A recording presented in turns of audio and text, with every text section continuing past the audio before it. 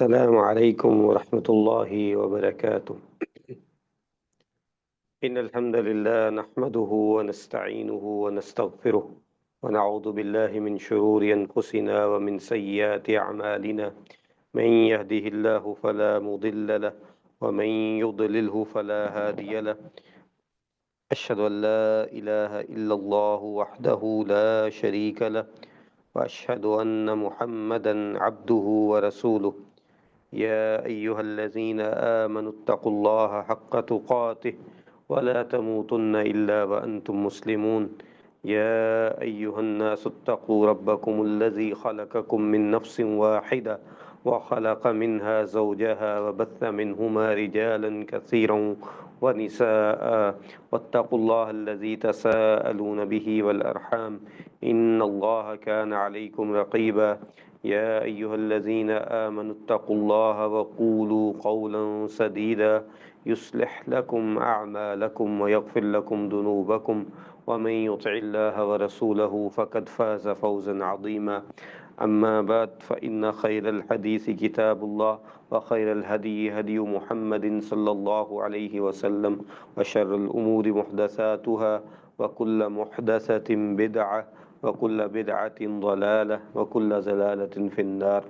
أعوذ بالله من الشيطان الرجيم. بسم الله الرحمن الرحيم. اللهم علمنا بما ينفعنا وينفعنا بما علمتنا وزدنا علما. رب اشرح لي صدري ويسر لي أمري واحلل عقدة من لساني يفقه قولي. رب زدني علما رب زدني علما. اما بعد، الناجحون پلیٹ فارم سے علمی رسائل کی شرح کا جو سلسلہ جاری ہے، اسی سلسلے میں اگلا رسالہ جس کی آج ہم شرح کریں گے، جیسا کہ آپ کو اپنی اسکرین پہ بھی نظر آ رہا ہے، اس رسالے کا ٹائٹل ہے سمات المؤمنین فی الفتن وتقلب الاحوال، اور اس کو لکھنے والے جو ہیں وہ معالی الشیخ صالح بن عبدالعزیز بن محمد آل شیخ حفظہ اللہ ہے۔ تو سب سے پہلے، جیسا کہ ہم ایک علمی طریقہ ہے کہ کسی بھی کتاب کی شرح کرتے وقت دو مقدمات کیے جاتے ہیں، ایک مقدمہ اس کتاب کے اس رسالے کے منہج کے متعلق، اور دوسرا مقدمہ جو ہے وہ اس کے مصنف کے متعلق۔ تو سب سے پہلے ہم مصنف کے جو ہے وہ ترجمہ یا تعارف کی طرف جاتے ہیں۔ تو اس کے مصنف شیخ صالح بن عبدالعزیز بن محمد بن ابراہیم آل شیخ حفظہ اللہ ہے، اور سعودی عرب میں آل شیخ جو ہے، یہ جو لقب ہے اگر کسی نام کے آخر میں موجود ہو تو اس کا یہ مطلب ہوتا ہے کہ یہ محمد بن عبد الوہاب رحمہ اللہ کی اولاد میں سے ہے۔ تو شیخ صالح بن عبدالعزیز بھی محمد بن عبد الوہاب رحمہ اللہ کی اولاد میں سے ہیں، اور ان لوگوں میں سے ہیں جو علم کے ساتھ جنہوں نے ابھی تک اپنا تعلق تو جوڑا ہوا ہے، اور جس رستے پہ شیخ محمد بن عبد الوہاب رحمہ اللہ تھے اس رستے پہ وہ قائم و دائم ہیں۔ اور ان کی اگر ولادت کی بات کریں تو 1378 ہجری یعنی کہ 1959 جو ہے میلادی میں یہ ریاض سعودی عرب میں پیدا ہوئے۔ تعلیم و تدریس کا آغاز ان کے اپنے گھر سے ہوا۔ ان کے والد محترم جو تھے وہ عبدالعزیز، وہ بھی جو ہے وہ عالم دین تھے، اور اس کے علاوہ ان کے جو دادا جان تھے محمد بن ابراہیم آل شیخ رحمہ اللہ، یہ جو موجودہ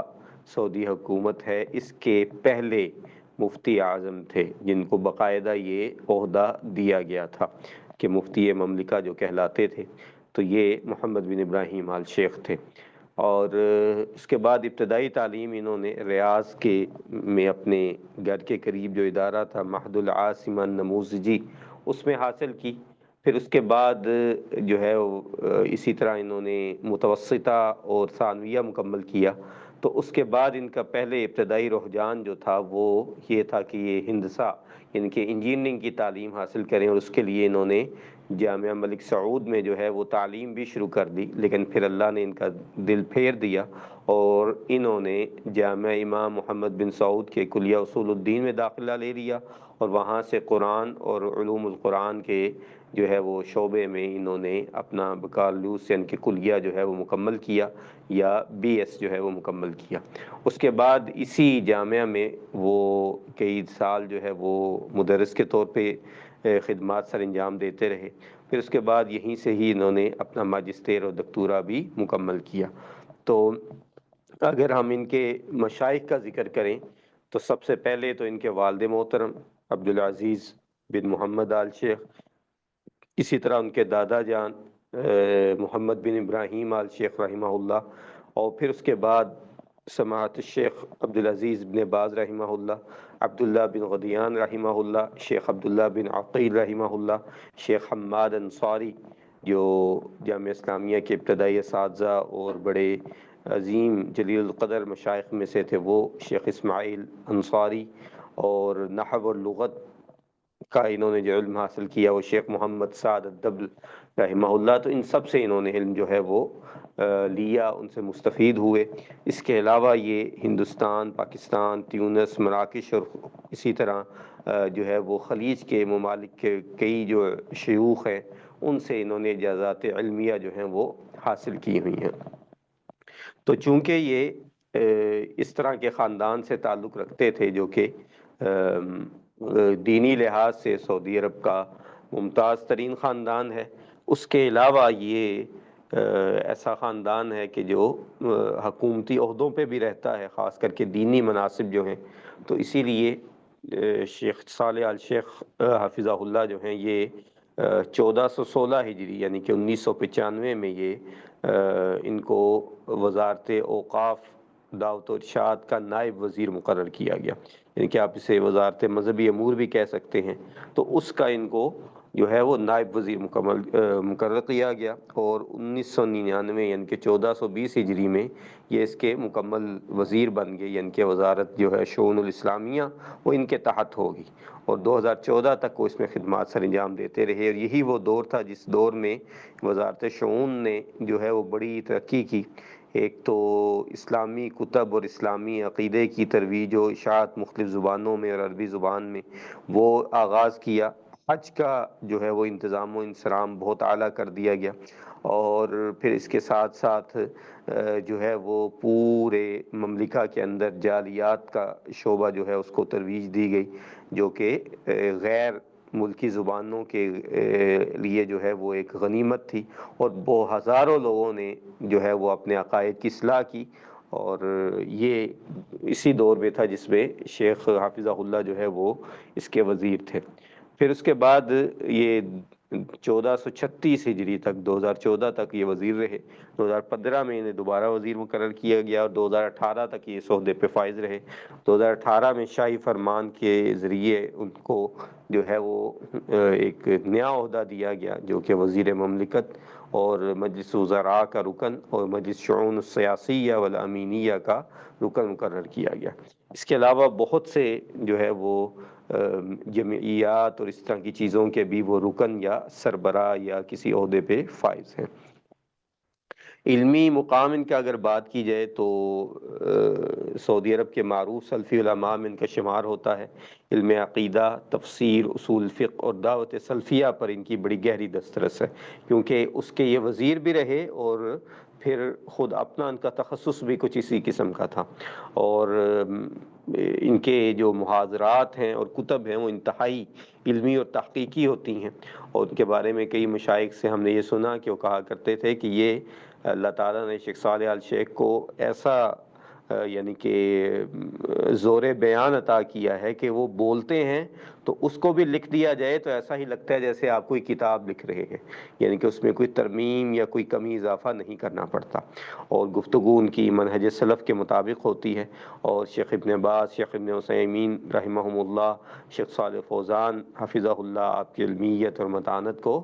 جو ہے وہ تسلیم کرتے رہے ہیں۔ اور پھر اس کے علاوہ ان کو ایک عالمی ایکسپوئر بھی ملا، وہ اس لحاظ سے کہ ان کے دروس، خطابات، کانفرنسز میں ان کی شرکت، اور پھر سعودی عرب میں جو وہ کانفرنسز کا انعقاد کرتے رہے اس میں جو ہے وہ عالم اسلام کے نمایاں علماء اور لوگ شریک ہوتے رہے، تو اس وجہ سے ان کو ایک خاص مقام اور مرتبہ جو ہے وہ حاصل ہے۔ شیخ نے جو ہے اپنی وزارت ہونے کے باوجود علمی طور پہ بھی بہت سے کام کیے اور بہت سی کتب کی شروحات جو ہیں انہوں نے کی، خاص کر کے اس میں عقیدہ کی کتب جو ہیں وہ شامل ہیں، اور کچھ احادیث، تفسیر اور فقہ کی بھی چیزیں شامل ہیں۔ تو اس کتاب التوحید کی انہوں نے شرح کی، عقیدہ واسطیہ، طحاویہ، اصول الثلاثہ، کشف الشبہات، اربعین نوویہ، مقدمہ فی اصول التفسیر، ٹھیک ہے جی۔ تو ان سب کی شروحات شیخ نے کی ہیں۔ اس کے علاوہ ان کی کتب کا جو ہے وہ انگلش اور باقی زبانوں میں بھی تراجم ہوئے۔ اسی طرح ان کا ایک رسالہ ہے کہ فتن کے وقت مسلمان کے طرز عمل کے عملی اصول کیا ہیں، اسلامی اصول کیا ہیں۔ اسی طرح امت پہ پائی جانے والی عام غلطیوں کی وضاحت، اور موسوعۃ الکتب الستہ اور تمہید فی شرح کتاب التوحید، یہ ساری چیزیں اس میں شامل ہیں۔ تو بلا شبہ کہا جا سکتا ہے کہ وہ جلیل القدر عالم دین ہیں، سلفی منہج کے علمبردار ہیں، مفسر ہیں، فقیہ ہیں، معلم ہیں، اہم وزارتی مناصب پر فائز رہتے ہوئے دین کی خدمت کا حق ادا کیا، اور بلا شبہ وہ دعوت سلفیہ کا ایک نمائندہ اس وقت امت کے اندر چہرہ ہیں، ٹھیک ہے جی۔ تو اللہ تعالیٰ ان کی حفاظت فرمائے۔ تو موجودہ جو رسالہ ہے جس پہ ہم بات کرنے والے ہیں، اس کے نام کی طرف جائیں تو یہ نام ہے سمات المؤمنین فی الفتن و تقلب الاحوال، کہ مومنوں کی صفات، سمات جو ہے یہ سمت ان کی جمع ہے، تو جو صفت کو کہا جاتا ہے یا خصوصیت کو کہا جاتا ہے کہ مومنوں کی صفات یا خصوصیات فتنوں کے وقت میں جب حالات جو ہیں وہ اتار چڑھاؤ کا شکار ہوں، حالات بدل رہے ہوں، تو اس وقت اس کا کیا مومن کا ایک طرز عمل ہونا چاہیے۔ تو یہ جو ہے وہ ان صفات اور رویوں کو بیان کرنے کے لیے جو سچا مومن فتنوں کے زمانے میں آزمائش اور دنیاوی تغیرات کے وقت جو ہے وہ اختیار کرتا ہے، جس میں مثال کے طور پہ صبر، بصیرت، تمسک بالحق، توکل اور فتنوں سے الگ تھلگ رہنا، یہ چیزیں شامل ہیں۔ اگر لفظ سمات پہ ہم غور کریں تو سمت ان کی جمع ہے، اور یہ اس کا اصل جو ہے وسم یسیم وسمن ہے، ٹھیک ہے، جو کہ علامت، نشان، پہچان اور وصف کو کہا جاتا ہے۔ اللہ تعالیٰ نے قرآن مجید میں کہا کہ تعرفہم بسیماہم، کہ اللہ کے نبی صلی اللہ علیہ وسلم آپ جو ہے وہ ان جو اپنے آپ کے ساتھی ہیں، جو معروف آیت ہے سورۃ الفتح کی آخری، محمد الرسول اللہ، تو اس کا یہ حصہ ہے کہ آپ ان کو ان کی علامات سے پہچان لیں گے، یعنی کہ سیماہم فی وجوہہم من اثر السجود، کہ آپ ان کو ان کے جو سجدے کے نشان ہیں ان پہ، ان کے ذریعے آپ ان کو پہچان لیں گے، ٹھیک ہے۔ تو یہ لفظ قرآن مجید میں استعمال ہوا۔ تو وسم البعیر، اونٹ پہ جو نشانی کے لیے داغ لگایا جاتا ہے اس کے لیے لفظ استعمال ہوتا ہے۔ اس کے بعد اگلا لفظ ہے فتن، تو فتن فتنہ کی جمع ہے، اور قرآن مجید میں یہ استعمال ہوا ہے، ہماری اردو زبان میں بھی استعمال ہوتا ہے۔ تو فتنہ یفتنو فتنتن جو ہے یہ فعل یفعل باب سے ہے، تو اس کا بنیادی مطلب ہے کسی چیز کو آزمائش یا امتحان میں ڈالنا، ٹھیک ہے جی۔ اور کئی اس کے معنی ہیں، آزمائش، امتحان، آگ میں ڈالنا، گمراہی، دھوکہ، سزا، جنون، پاگل پن، یہ سب اس کے معنی جو ہے وہ عرب لغت میں موجود ہیں، یعنی کہ ابتلا، اختبار، ٹھیک ہے، تو امتحان، ٹھیک ہے، یہ سب اس کے معنی۔ تو اصطلاحی معنی میں جو ہے یہ شرعی مفہوم میں فتنے کا استعمال مختلف پہلوؤں میں ہوتا ہے، لیکن عمومی طور پہ اس سے مراد وہ آزمائش، وہ امتحان یا وہ گمراہ کن حالات یا مصائب ہوتے ہیں جس سے ایک بندہ مومن کا ایمان، دین، جان، مال یا عقل متاثر ہو رہی ہو، ٹھیک ہے۔ تو اگر ہم دیکھیں تو دین میں جب آزمائش ہوتی ہے تو اس میں ثابت قدمی کا امتحان، جیسے ابتدائی مسلمانوں پر مشرکین کی طرف سے جب ظلم کیا گیا تو ان کا جو امتحان تھا، قتل و فساد کے موقع پہ خانہ جنگی جب ہو رہی ہو تو مسلمان آپس میں لڑ رہے ہوں، اس وقت کفر اور گمراہی، دین سے پھسلنے یا اہل باطل کی پیروی کرنا، دنیا کی رغبت، تو یہ سب جو ہیں وہ اس میں فتنے میں شامل ہیں۔ اللہ تعالیٰ نے قرآن مجید میں کئی بار فتنے کا جو ہے لفظ استعمال کیا، کہا کہ وَنَبْلُوكُمْ بِالشَّرِّ وَالْخَيْرِ فتنہ، کہ ہم تمہیں برائی اور بلائی کے ذریعے آزماتے ہیں، یعنی کہ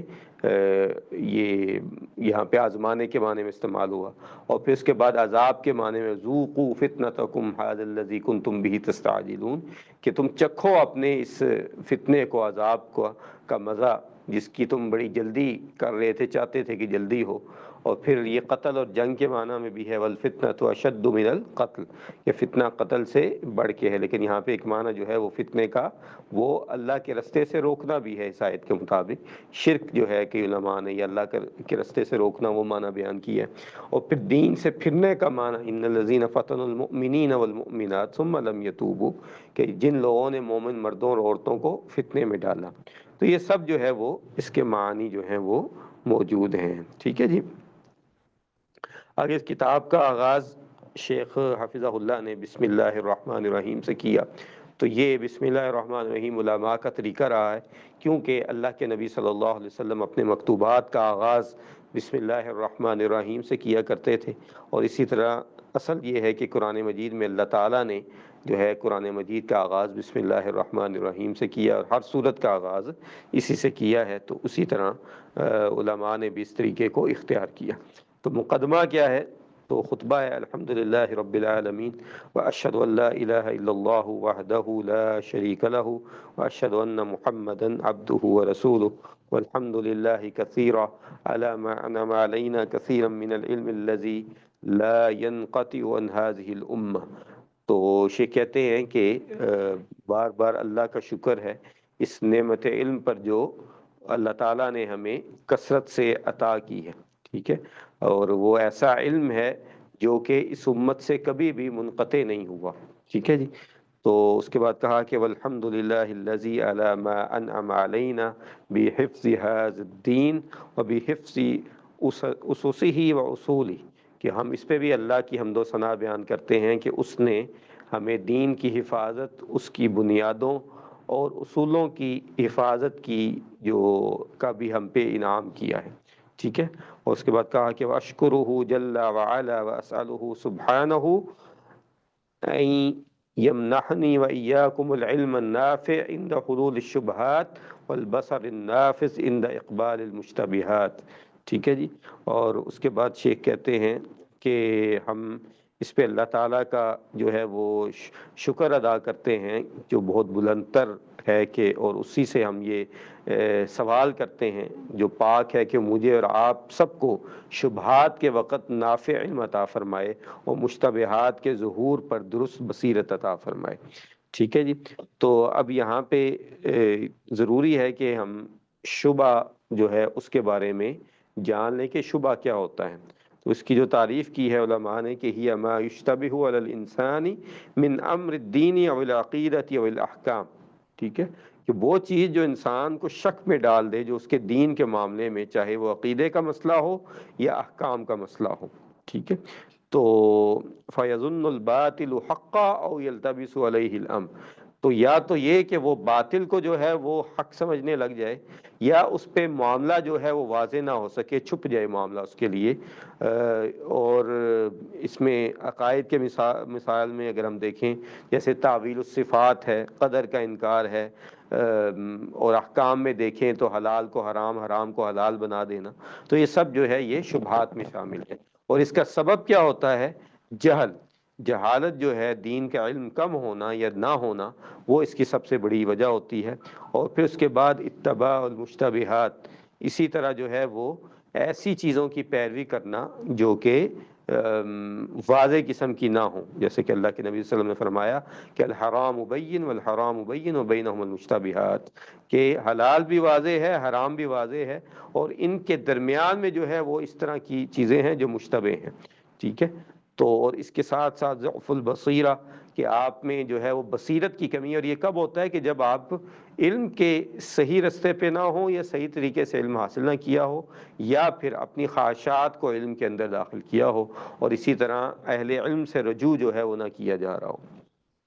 اب اس کا نتیجہ کیا نکلتا ہے کہ تؤدی الی الانحراف فی الدین والعقیدہ، کہ انسان جو ہے وہ دین اور عقیدے میں جو ہے وہ انحراف کا شکار ہو جاتا ہے۔ اور اب اس سے بچا کیسے جا سکتا ہے؟ کہ جب تک آپ علم صحیح پہ قائم و دائم رہیں اور آپ کا علم حاصل کرنے کا مقصد طلب الحق ہو، تو پھر اللہ تعالیٰ جو ہے وہ آپ کو ان چیزوں سے بچاتا ہے۔ اور اسی طرح آپ کی جو مجلس ہو علماء راسخین کے ساتھ ہو، اور اس کے ساتھ ساتھ انسان جو ہے وہ اللہ تعالیٰ سے دعا کرے کثرت سے استقامت کی اور ہدایت کی۔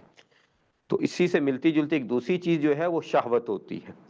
تو شبہ اور شہوہ قریب قریب ہیں، لیکن شہوت میں یہ چیز داخل ہے کہ یہ میل النفس ہے، انسان کا جو نفس ہے وہ اس پہ ابھارتا ہے، اور یہ دنیاوی لذات کی طرف اس کو ابھارتا ہے جو اللہ تعالیٰ نے حرام کر دی۔ یعنی کہ اللہ تعالیٰ نے جو ہے وہ اپنی ازواج کے علاوہ کسی عورت کا جو ہے وہ اس کے ساتھ تعلق کو حرام قرار دیا، تو نفس اس پہ ابھارتا ہے۔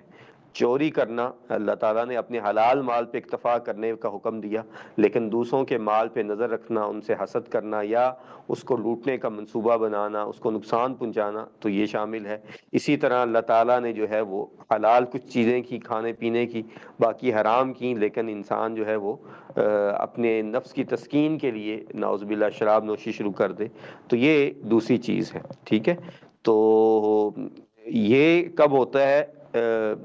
جو شہوت جو ہے وہ اس وقت ہوتی ہے کہ جب انسان کے پاس علم تو موجود ہو لیکن اس کی خواہشات نفسانی جو ہیں وہ بڑھ جائیں، جبکہ اس کے مقابلے میں شبہ جو ہے وہ عدم العلم یا جہالت کے سبب یا ضعف العلم کے سبب بھی ہو سکتا ہے۔ ٹھیک ہے جی، اور یہ زیادہ کب ہوتا ہے کہ جب آپ کی مجلس جو ہے وہ اہل دنیا کے ساتھ زیادہ ہونے لگ جائے، ٹھیک ہے، اور دوسرا جو ہے وہ آپ کا تعلق اللہ تعالیٰ سے کمزور ہو، تو اس وقت جو ہے یہ انسان اس میں داخل ہو جاتا ہے۔ اور اس کا علاج کیا ہے؟ تقویت الایمان، مجاہدۃ النفس، کہ انسان اپنے ایمان کو مضبوط رکھے، نفس پہ کنٹرول کرے، اور اپنی جو خواہشات ہیں ان کو جو ہے وہ کنٹرول میں کر کے رکھے۔ دوسرا صحبت جو ہے وہ اس کی صالحین کے ساتھ ہو۔ اس کے بعد شیخ فرماتے ہیں وَأَشْكُرُ أَصْحَابَ الْفَضِيلَةِ وَالْخُطَبَاءِ عَلَى حِرْصِهِمْ عَلَى مَا يَقْضِي بِهِ الْعِلْمُ الصَّحِيحُ وَالْمَنْهَجُ السَّلِيمُ وَمَا يَقُولُهُ أَهْلُ السُّنَّةِ وَالْجَمَاعَةِ بِمَا فَهِمُوا وَاتَّفَقُوا عَلَيْهِ مِن نُصُوصِ الْكِتَابِ وَالسُّنَّةِ، کہ کہتے ہیں کہ میں اللہ تعالیٰ کا شکر ادا کرتا ہوں، اور میں یہ جو فضیلت والے لوگ اور خطباء یہاں پہ تشریف لائے ہیں ان کا شکر ادا کرتا ہوں کہ جن کی یہ حرص ہے کہ وہ صحیح علم، درست منہج اور اہل سنہ والجماع کی ان باتوں کی پیروی کرتے ہیں جنہیں انہوں نے کتاب و سنت کے نصوص سے سمجھا ہے اور اس پہ وہ متفق ہیں۔ اچھا جی، یہاں پہ اب منہج کا لفظ چونکہ آیا ہے تو اس کو بھی تھوڑا سا جو ہے وہ سمجھ لینا چاہیے، کیونکہ آج کل اس پہ کافی تذکرہ ہوتا ہے۔ تو منہج جو ہے یہ نہج ینہج سے ہے، اس کے معنی ہے واضح رستہ، صاف طریقہ، اور جو ہے وہ قابل پیروی نظام، ٹھیک ہے، یا طرز عمل۔ تو لغت میں اگر اس کی تعریف کی جائے تو الطریق الواضح البین الذی یسلک للوصول الی الغایہ، ٹھیک ہے، کہ ایسا واضح رستہ جس پہ انسان چلے تاکہ وہ اپنی منزل تک پہنچ سکے۔ اور اس کا شرعی و اصطلاحی مفہوم کیا ہے؟ تو منہج سے مراد وہ عمومی طریقہ، فہم، اعتقاد، عمل، دعوت اور تعامل ہے جو کسی مسلمان یا جماعت کا دین پر عمل کرنے کا انداز متعین کرتا ہے۔ تو اس کے اجزاء ہیں، مثال کے طور پہ عقیدہ میں کیا طرز عمل ہو، اسماء و صفات، توحید، قدر میں، فہم قرآن و سنت کی بنیاد کیا ہے، صحابہ کے فہم پہ کہ اپنی عقل پہ، دعوت کا انداز کیا ہوگا، نبوی طریقہ ہوگا، انبیاء کا طریقہ ہوگا، یا کہ جی ہم جدید جو ہے وہ دعوت کو اپنائیں گے، وہ طریقہ پرانا ہو چکا، اور پھر اس میں نرمی، حکمت یا شدت کس کو اپنایا جائے گا، بدعت اور سنت کی پہچان کیسے کی جائے گی، ان کے ساتھ برتاؤ کیسے کیا جائے گا، جو سنت پہ عمل کرتے ہیں، جو بدعت پہ عمل کرتے ہیں، اور حکمرانوں کے ساتھ تعامل کس قسم کا ہوگا، اور جماعت قائم کرنا، تنظیمیں بنانا، خروج، جہاد، امر بالمعروف، ان میں کیا جو ہے وہ طریقہ کار اختیار کیا جائے گا۔ تو یہ سب جو ہے وہ منہج جو ہے وہ طے کرتا ہے۔ تو منہج سلف جو ہے یہاں پہ استعمال ہوا منہج سلیم، تو اس سے کیا مراد ہے؟ تو منہج سلف سے مراد ہے یہ سلف صالحین، یعنی کہ وہ پہلی تین افضل نسلیں جن میں صحابہ رضی اللہ تعالیٰ عنہم، پھر ان کی اتباع کرنے والے یعنی تابعون، تابعین اعظام، پھر اس کے بعد اتباع التابعین یعنی جو پھر ان کی پیروی کرنے والے نیک لوگ جو ہیں، جو احسان کے ساتھ ان کی پیروی کرنے والے ہیں، وہ شامل ہیں۔ تو منہج سلف سے مراد وہ طریقہ، فہم اور عمل ہے جس پر نبی صلی اللہ علیہ وسلم کے صحابہ، تابعین اور اس کے بعد کے ائمہ دین نے عمل کیا، ٹھیک ہے، اور اس پہ عمل بھی کیا اور وہ اسی کی طرف دعوت دیتے تھے۔ اور اس کی بنیاد کیا ہے؟ تو اس کی بنیاد اللہ کے نبی صلی اللہ علیہ وسلم کی وہ حدیث ہے کہ خیر الناس قرنی ثم الذین یلونہم ثم الذین یلونہم، یا امام اوزاعی رحمہ اللہ کا وہ قول ہے کہ علیک بآثار من سلف وان رفضک الناس، ٹھیک ہے، کہ تمہارے لیے ضروری ہے کہ سلف کے جو آثار ہیں ان پہ اوپر جو ہے وہ عمل کرو اگرچہ لوگ اس کی مخالفت کر رہے ہوں۔ اس کے بعد منہج سلف کی پہچان کے جو چند اصول ہیں، تو قرآن و سنت کی صرف پیروی سلف کے فہم کے ساتھ، عبادات میں بدعات کی نفی، اسماء و صفات میں اللہ تعالیٰ کے اسماء و صفات کا اثبات بلا تکییف تمثیل، ٹھیک ہے جی، اور اس کے بعد حکام کے ساتھ خروج نہ کرنا، فرقوں سے دوری، دعوت و اصلاح میں علم، حکمت، صبر، تدریج، صحابہ کرام کا احترام اور سب و شتم سے اجتناب کرنا، تو یہ سب چیزیں جو ہیں وہ اس میں شامل ہیں۔ تو اس کے بعد شیخ فرماتے ہیں کہ واللہ اسأل لجمیع المزید من العلم والفقہ وان یثبتنا علی ذلک ولا سیما فی مثل هذه الاحوال التي تتقلب، کہ میں اللہ تعالیٰ سے یہ مانگتا ہوں، کس چیز کو مانگتا ہوں؟ علم کو اور فقہ کو، یعنی کہ علم کے اندر جو ہے وہ فہم کو مانگتا ہوں، اور یہ کہ وہ اللہ تعالیٰ ہمیں ثابت قدم رکھے، خاص طور پہ ایسے حالات میں جو کہ مسلسل بدل رہے ہیں۔ اچھا جس کے بعد نیچے نوٹ ہے کہ اصل هذا التالیف محاضرۃ القیت علی الائمة والخطباء والدعاة بحضور معالي الشیخ دکتور صالح بن فوزان الفوزان عضو هیئة کبار العلماء وعضو اللجنة الدائمة للبحوث العلمية والإفتاء، وذلك بمقر فرع الوزارة في رياض في مدينة الرياض في أول من شهر شعبان عام 1422، کہ یہ تعلیف دراصل ایک لیکچر ہے، محاضرہ ہے جو شیخ صالح الشیخ نے شیخ صالح فوزان الفوزان کی جو ہے وہ سربراہی میں جو اجلاس ہوا، جس میں ائمہ، خطباء اور دین کے داعی حضرات تھے وہ موجود تھے، تو ان کے سامنے شیخ صالح فوزان کی موجودگی میں دیا، اور یہ محاضرہ ریاض میں وزارہ جو شؤون الاسلامی ہے اس کے دفتر میں جو ہے وہ شعبان کی پہلی تاریخ کو 1422 ہجری کو دیا گیا تھا، ٹھیک ہے جی۔ اچھا جی،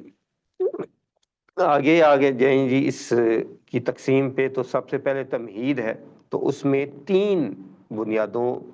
کو بتلایا گیا، 3 محاور بیان کیے گئے ہیں۔ تو یہ شیخ کا اصلاً محاضرہ ہے لیکن اس کو کتابی شکل دی گئی، اور یہ شیخ کی اپنی ویب سائٹ ہے اس پہ بھی موجود ہے، اور اس کے علاوہ بھی یہ آپ کو انٹرنیٹ پہ متوفر ہے، آسانی سے آپ کو مل سکتا ہے۔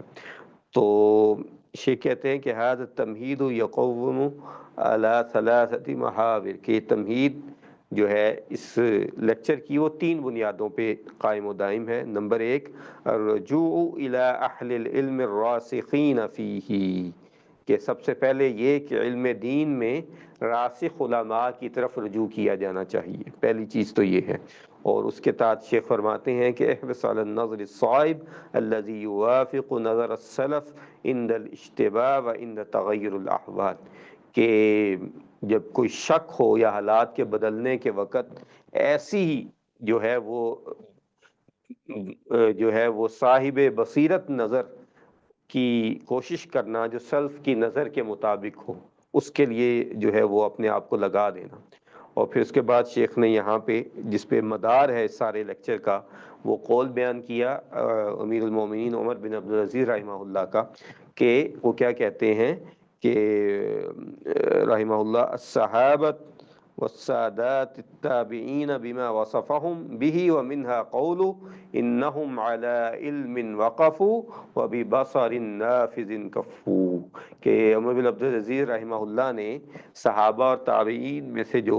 ان کے بڑے بڑے لوگ تھے ان کے جو خصوصیات بیان کی ہیں، تو ان میں سے ایک یہ ہے کہ انہم علی علم وقفوا، کہ وہ اپنے علم کی بنیاد پہ کسی چیز پہ جو ہے وہ قائم و دائم ہوئے، اس پہ وہ رک گئے، ڈٹ گئے، ٹھیک ہے۔ وَبِبَصَرٍ نَافِذٍ كَفُّوا، اور پھر اپنی دین کی گہری بصیرت کی بنا پہ اس پہ جو ہے وہ رک گئے اور اسی کے اوپر جو ہے وہ اس سے ہٹے نہیں ہیں، ٹھیک ہے۔ تو اس کو انہوں نے پکڑ لیا، یعنی کہ اس کو تھامے رکھا، اس سے وہ آگے پیچھے نہیں ہوئے، ٹھیک ہے۔ تو شیخ کہتے ہیں قال علی علم وقفوا، کہ اپنے علم پہ وہ رکے رہے، ڈٹے رہے، تو یہ اس کی طرف اشارہ ہے کہ یقیناً وہ جو ہے وہ سلف صالحین کے علم کی بنیاد پہ رکے، اس بات پہ جہاں پہ رکنا چاہیے تھا، اور اپنی جو ہے وہ عظیم بصیرت کی بنا پر وہ کسی اور اقدام سے وہ باز رہے کہ جہاں پہ تھے وہیں پہ قائم و دائم رہے۔ ٹھیک ہے جی۔ تو یعنی کہ سلف صالحین نے دین میں کسی مسئلے پہ اگر ہم اس کو سمجھیں، اس وقت تک فیصلہ یا اقدام نہیں اٹھایا جب تک ان کے پاس علم کی روشنی میں کوئی بات نہیں آ گئی، یعنی کہ اپنی ذاتی عقل کو انہوں نے کہیں پہ داخل نہیں کیا، بلکہ علم کو صرف استعمال کیا ہے، اور جہاں علم جو ہے ان کا نہیں تھا تو وہاں پہ رک گئے، کوئی اپنی طرف سے قیاس نہیں کیا، کوئی تعویلات یا بدعات میں نہیں پڑے، بلکہ انہوں نے صبر کیا کہ جب تک علم ان پہ واضح نہ ہو جائے، علم کی روشنی ان تک پہنچ نہ جائے، تو وہ کسی بھی قسم کی نئی چیز میں نہیں پڑے۔ ٹھیک ہے، وَبِبَصْرٍ نَافِذٍ کفو، اور بصر نافذ کیا ہے؟ یعنی کہ ایسی باریک بین اور گہری بصیرت والی نگاہ جو صرف ظاہری چیزوں کو نہیں دیکھتی اور صرف عمومی حالات کو نہیں دیکھتی، بلکہ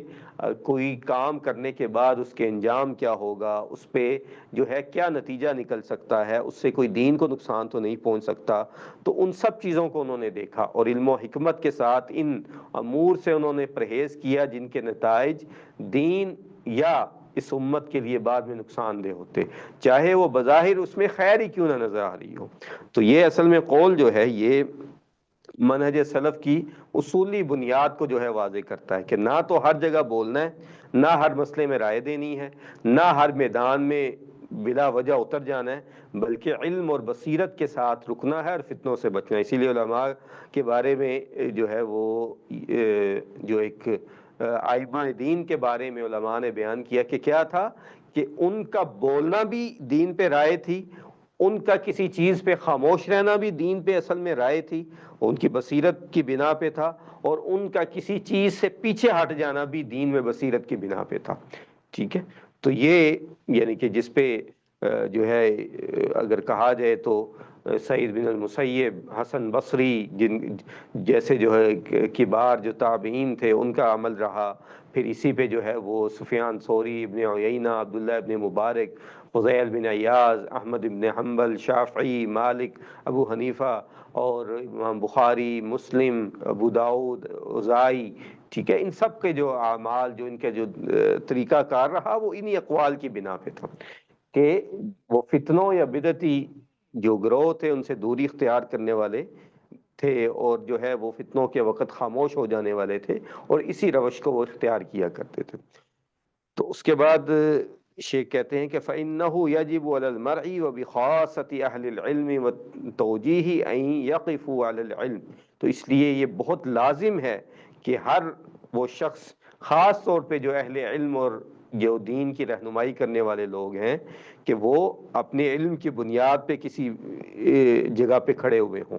ٹھیک ہے، یعنی کہ وہ اپنے ظن یا گمان کی بنیاد پہ لوگوں کی رہنمائی نہ کر رہے ہوں،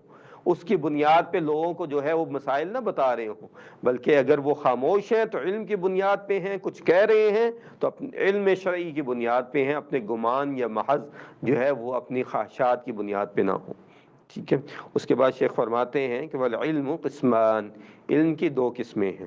علم لا يدركه المرء ويتعلمه قبل حلول الحدث فيحيط به بما اعطاه الله جل وعلا وقد لا يحيط به، کہ پہلا علم جو ہے وہ جو انسان جو ہے وہ خود تو نہیں جانتا، لیکن وہ اسے واقعہ پیش آنے سے پہلے، کچھ بھی ہونے سے پہلے سیکھ لیتا ہے، پھر اللہ کے دیے ہوئے فہم کے مطابق اس پر جو ہے وہ احاطہ کرتا ہے، یعنی کہ اگرچہ وہ مکمل طور پہ اس پہ عبور نہیں حاصل کر پا رہا ہوتا، لیکن وہ کچھ نہ کچھ اس کا اندازہ لگا لیتا ہے۔ اور پھر فرماتے ہیں کہ علم لا يبحثه الا وقت الحدث، دوسرا ایسا علم ہے جس پر انسان نے واقعہ پیش آنے کے وقت ہی غور کیا، یعنی کہ پہلے سے اس انسان نے نہیں سیکھا ہوا تھا، جب وہ واقعہ پیش آیا تو تب اس نے وہ علم جو ہے وہ سیکھا۔ ٹھیک ہے،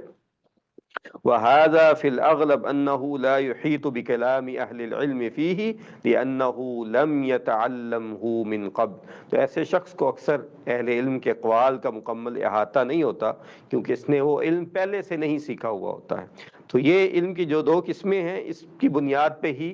لوگوں کی بھی تقسیم ہو جاتی ہے کہ پہلا علم وہ ہے کہ جو اس ہر ایک نے سیکھ لیا، کسی نے زیادہ غور و فکر کیا تو اس کے پاس زیادہ علم تھا، دوسرے کے پاس نہیں تھا، نماز کے احکام سیکھ لیے، چھوٹی موٹی چیزیں سیکھ لیں، اور دوسرا وہ علم تھا جو کہ یہ جو حق اور باطل کے درمیان فرق کرنے والا تھا، جو فتنوں کے وقت اس کو جو ہے وہ الرٹ کرنے والا تھا، جس کی بنیاد پہ وہ جو ہے وہ خیر اور شر میں فرق کر سکتا تھا. تو یہ وہ علم خاص ہے جو کہ علماء کے پاس ہوتا ہے. کیونکہ وہ وقت سے پہلے ان چیزوں پہ غور و فکر کر رہے ہوتے ہیں کہ ہم نے فتنوں سے کیسے بچنا ہے، ہم نے اپنے آپ کو کیسے بچانا ہے، ہم نے لوگوں کی رہنمائی کیسے کرنی ہے، ہم نے گمراہی سے کیسے بچنا ہے. وہ اس کی دعا بھی کرتے ہیں اور اس کی دوا بھی کرتے ہیں، یعنی اللہ سے بھی مانگتے ہیں اور ساتھ ساتھ سیکھتے بھی ہیں. تو پھر جس نے نہیں سیکھا ہوتا وہ اس موقع پہ جو ہے وہ رستے سے ہٹ جاتا ہے اور فتنے میں پڑ جاتا ہے. تو اس لیے یا تو وہ علم حاصل کریں یا ایسے علماء کے ساتھ جڑ جائیں جو اس وقت آپ کی رہنمائی کر سکیں. جیسے حذیفہ بن یمان رضی اللہ تعالیٰ عنہ کے بارے میں ہے، تو کہتے ہیں کہ صحابہ کرام اللہ کے نبی صلی اللہ علیہ وسلم سے جو ہے وہ سوال کرتے باقی چیزوں کے بارے میں، اور میں اللہ کے نبی سے فتنوں کے بارے میں پوچھتا تھا. ٹھیک ہے. تو یہ ہر ایک کے حسن بصری رحمہ اللہ کا جیسے قول ہے کہ فتنہ جب آتا ہے تو لوگوں کو نہیں معلوم ہوتا، اور علماء جو ہے اس کو پہچان لیتے ہیں، اور جب فتنہ جا رہا ہوتا ہے تو پھر ہر ایک اسے پہچان لیتا ہے. تو فتنے کو آتے ساتھ پہچان لینا یہ وہ وصف ہے جو اللہ تعالیٰ نے علماء کو دیا ہے، اور وہ وصف ہے جس کی بنیاد پہ علم کی جو دوسری قسم ہے اس میں وہ مضبوط ہوتے ہیں. جیسا کہ شیخ صالح فوزان حفظہ اللہ، جب یہ داعش کا فتنہ نیا نیا آیا تو بہت سے لوگ اس فتنے کا شکار ہو گئے، اور شیخ صالح فوزان حافظہ اللہ سے سوال کیا گیا تو انہوں نے کہا کہ ہی فتنہ احذروہا، یہ فتنہ ہے، اس سے دور رہو. تو کئی لوگوں نے باقاعدہ ان کو طعنے دیے کہ یہ جو ہے وہ ڈر گئے ہیں، یہ جانتے نہیں ہیں، یہ فلاں ہیں، یہ دمکان ہے. لیکن اللہ تعالیٰ نے جو ہے ان کو یہ بصیرت دی تھی کہ انہوں نے پہچان لیا، اور پھر کچھ ماہ ہی گزرے اور ایک آدھ سال گزرا کہ سب پہ واضح ہو گیا کہ یہ تو اصل میں خروج کا فتنہ ہے، یہ تو جو ہے وہ اہل علم کو جو ہے وہ بدنام کرنے کا فتنہ ہے، یہ دین کو بدنام کرنے کا فتنہ ہے. تو یہ جو ہے وہ علماء ہی اس کو پہچان سکتے ہیں. ٹھیک ہے جی. اس کے بعد شیخ فرماتے ہیں کہ فمن علم من نفسه حينئذ انه انما اطلع على بخوص المسائل حين حلول الاحداث فيجب عليه الا يثق بجودة نظره عليه ان يطلب براءة الذمة بالرجوع الى اهل العلم والراسخين فيه. تو جو آدمی بھی اپنے بارے میں یہ جانے کہ اس نے مسائل پر تحقیق صرف حالات کے پیش آنے کے وقت شروع کی ہے تو اسے اپنی رائے پر اعتماد نہیں کرنا چاہیے، بلکہ اسے یہ چاہیے کہ وہ اپنے آپ کو بچائے اور اپنی ذمہ داری ختم کرے، اور اپنی اوپر جو ہے وہ بوجھ اٹھانے سے برات کا اظہار کرنے کے لیے وہ علم میں جو ہے جو راسخ لوگ ہیں، جو علماء ہیں، ان کی طرف رجوع کریں. کیونکہ شیخ کا یہ جو خطاب ہے وہ اصل میں خطباء، ائمہ اور داعین کی طرف تھا. تو یہ سب وہ لوگ ہیں جن کے پاس بنیادی علم موجود ہوتا ہے، لیکن شیخ کیا کہہ رہے ہیں کہ اس کے باوجود اگر کوئی ایسا شخص ہے جس کو سمجھ نہیں آ رہی اور کوئی چیز نہیں آئی اور اس نے ابھی مطالعہ شروع کیا ہے تو اس کو اپنی رائے کا اظہار نہیں کرنا چاہیے، بلکہ اس کو چاہیے کہ وہ بڑے علماء سے، رسوخ والے علماء سے، جن کی زندگیاں کھپ گئی ہیں ان چیزوں میں، ان سے پوچھے اور ان کی رائے پہ جو ہے وہ عمل کرے. اچھا جی. اس کے بعد یہ تمہید تھی. اس کے بعد شیخ نے جو ہے وہ کچھ جو ہے وہ علم کے مرکز اول کے بارے میں بیان کیا، اور وہ مرکز اول کون سا ہے؟ وہ مسجد ہے. شیخ فرماتے ہیں کہ المسجد فی الاسلام للعبادت والعلم، کہ سب سے پہلا جو علم کا پھر مرکز ہے اسلام میں وہ مسجد ہے. عبادت کی جگہ تو وہ ہے، اس پہ سب کا اتفاق ہے، لیکن علم کا جو مرکز ہے اس پہ اب لوگ ہٹنے لگ گئے ہیں. ٹھیک ہے جی. ومحمۃ المسجد فی الاسلام ما یلا، اور اسلام میں مسجد کی اہمیت جو ہے وہ درج ذیل ہے. اب لوگوں نے کیا شروع کر دیا؟ انہوں نے یہ سمجھنے کا شروع کر دیا کہ مسجد میں 5 وقت خاموشی سے جاؤ، نماز پڑھو اور واپس آ جاؤ، اور علم کے لیے جو ہے وہ ہالز ہونے چاہیے، اس کے لیے آڈیٹوریم ہونے چاہیے، اس کے لیے جو ہے وہ انسٹیٹیوٹس ہونے چاہیے، اس کے لیے جو ہے وہ یونیورسٹیز ہونی چاہیے، اس کے لیے فلاسفر ہونے چاہیے. یہ بیچارے جو ہے وہ مسجد کے اندر بیٹھے ہوئے لوگ کیسے دین بتا سکتے ہیں، وہ کیسے نئے وقت کا سامنا کر سکتے ہیں، تو اسی کی طرف شیخ حافظہ اللہ نے جو ہے وہ اشارہ کیا ہے کہ جس طرح عبادت کا مرکز ہے مسجد، اسی طرح یہ علم کا بھی مرکز ہے، اور کہا کہ انہ مکان عبادت اللہ جل وعلا، کہ یہ اللہ تعالیٰ کی عبادت کی جگہ ہے جل وعلا کی، ٹھیک ہے۔ اور اس کے بعد انہ اعظم ما یجب ان یحقق فیہ دین اللہ جل وعلا بکمالہ، ٹھیک ہے، یہ وہ سب سے بڑی جگہ ہے جہاں دین، اللہ کا جو دین ہے وہ اپنے کمال کے ساتھ نافذ ہونا چاہیے۔ جی ہم سنتے ہیں نا جی نفاذ اسلام کی تحریکات چل رہی ہیں، جی انہوں نے فلاں ہال کے اندر آج اجلاس رکھا ہے، ٹھیک ہے، لیکن مسجد میں آنا وہ پسند نہیں کرتے، خلافت کی موومنٹ چل رہی ہے لیکن نماز نہیں پڑھتے ہیں۔ تو اصل جو جگہ ہے جو اسلام کے نفاذ کی جگہ ہے، تو شیخ حافظہ اللہ کہتے ہیں کہ وہ سب سے اہم اور سب سے جو تحقیق والی جو جگہ ہے اللہ کے دین کو کمال کے ساتھ نافذ کرنے والی، وہ مسجد ہے۔ تو یہاں پہ ہی اسلام کی تنفیذ ہوگی، یہی اسلام کی تحریک کا مرکز ہے، اور یہیں سے جو ہے وہ اصلاً جو ہے دینی انقلاب کا آغاز ہوگا۔ اللہ کے نبی صلی اللہ علیہ وسلم جب مدینہ کی ریاست میں تشریف لائے، مدینہ میں ہجرت کر کے آئے، تو سب سے پہلا کام جو آپ نے کیا مسجد قباء بنائی، قباء کے اندر رکے، اور مدینہ میں آئے تو مسجد نبی تعمیر فرمائی، اور وہی آپ کا علمی دروس کا بھی مرکز تھا، وہی آپ کے جہاد کا بھی مرکز تھا، وہی آپ کے جو ہے وہ ہر چیز کا، تربیت کا بھی مرکز تھا، تربیت بھی وہیں ہوتی تھی، ٹریننگ بھی وہیں پہ ہوتی تھی، جہاد بھی وہیں سے ہوتا تھا، پلاننگ بھی وہیں سے ہوتی تھی، تعلیم بھی وہیں پہ ہوتی تھی، علم بھی وہیں سیکھا جاتا تھا، عبادت بھی وہیں پہ ہوتی تھی۔ تو یہ اصل جو چیز ہے اس کو سیکھنا چاہیے۔ اور پھر کہا کہ تقام فیہ الصلاۃ المفروضہ، اور یہیں پہ جو ہے فرض نمازیں جو ہیں وہ بھی قائم ہوتی ہیں، ٹھیک ہے، اس میں تو کوئی شک ہی نہیں ہے۔ اور پھر کہا کہ یکون فیہ نشر الخیر و تعلیم الجاہل، اور اصل یہ ہے کہ یہیں پہ خیر کو پھیلایا جاتا ہے، اور جاہل جو دین سے لا علم ہے اس کو تعلیم بھی یہیں پہ دی جاتی ہے، یعنی کہ یہ اصل بتا رہے ہیں، اب ہو رہی ہے کہ نہیں تو اس پہ آپ نے غور کرنا ہے۔ اور پھر کہا کہ یکون فیہ الامر بالمعروف والنہی عن المنکر علی وفق ما تقتضیہ الشریعہ، کہ یہیں پہ جو ہے امر بالمعروف، نیکی کا حکم، اور منکر سے روکنا بھی شریعت کے مطابق کیا جاتا ہے، کیونکہ اصل جو ہے یہ مساجد میں بیٹھے ائمہ کا کام ہے کہ وہ لوگوں کو امر بالمعروف اور نہی عن المنکر بتائیں، ان کو بتائیں کہ یہ نیکی کا کام ہے، یہ برائی کا کام ہے۔ اور پھر اس کے بعد فرمایا کہ تقام فیہ الخطب النافع، اس میں اگر خطیب جو ہے عقل مند ہے تو وہ نفع مند قسم کے خطبات دیتا ہے، اس سے لوگوں کی تربیت ہوتی ہے، ان کو دین کی سمجھ آتی ہے، ان کو جو ہے وہ جذباتیت سے نہیں بھرتا، بلکہ انہیں جو ہے وہ علم نبوت سے نوازتا ہے، ان کو نور نبوت سے نوازتا ہے، ان کو قرآن اور سنت کی فہم سلف کے مطابق جو ہے وہ تعلیم دیتا ہے۔ تو یہ اس کے پاس جو ہے وہ بہت بڑا مقام ہے، کیوں؟ کیونکہ والخطیب قائم فیہا مقام النبی صلی اللہ علیہ وسلم، کیونکہ خطیب اصل میں اللہ کے نبی صلی اللہ علیہ وسلم کی نیابت کر رہا ہوتا ہے۔ جب خطیب خطبہ دے رہا ہوتا ہے، جب مدرس تدریس کر رہا ہوتا ہے، جب لیکچر دینے والا دین کے نام پہ لیکچر دے رہا ہوتا ہے، جب امام جو ہے وہ امامت کروا رہا ہوتا ہے، جب داعی دعوت دین دے رہا ہوتا ہے، تو ان سب موقعوں پہ اللہ کے نبی صلی اللہ علیہ وسلم کا نائب ہوتا ہے، اور یہ چیز ایک بار اگر انسان سوچ لے تو وہ دہل جائے، اس کو پتہ چل جائے کتنے عظیم مقام پہ کھڑا ہے، اور کبھی ایسا شخص جو ہے وہ احساس کمتری کا بھی شکار نہ ہو، کیونکہ اس کو معلوم ہو جائے کہ کس قدر عظیم مقام پہ وہ موجود ہے، کہ وہ اللہ کے نبی صلی اللہ علیہ وسلم کی نیابت کا جو ہے وہ حق ادا کر رہا ہے، اور پھر وہ سوچے کہ کیا وہ اس قابل ہے کہ وہ حق ادا کر رہا ہے، اور جو وہ بات کر رہا ہے وہ اس قابل ہے کہ وہ کہی جائے کہ یہ اللہ کے نبی کا نائب یہ بات کر رہا ہے، ٹھیک ہے۔ اور فرمایا کہ وَلِهَذَا تَعْظُمُ التَّبِعَةُ بِعَظَمِ الْمَنْصَبِ وَالْمَسْئُولِيَّةِ، اس لیے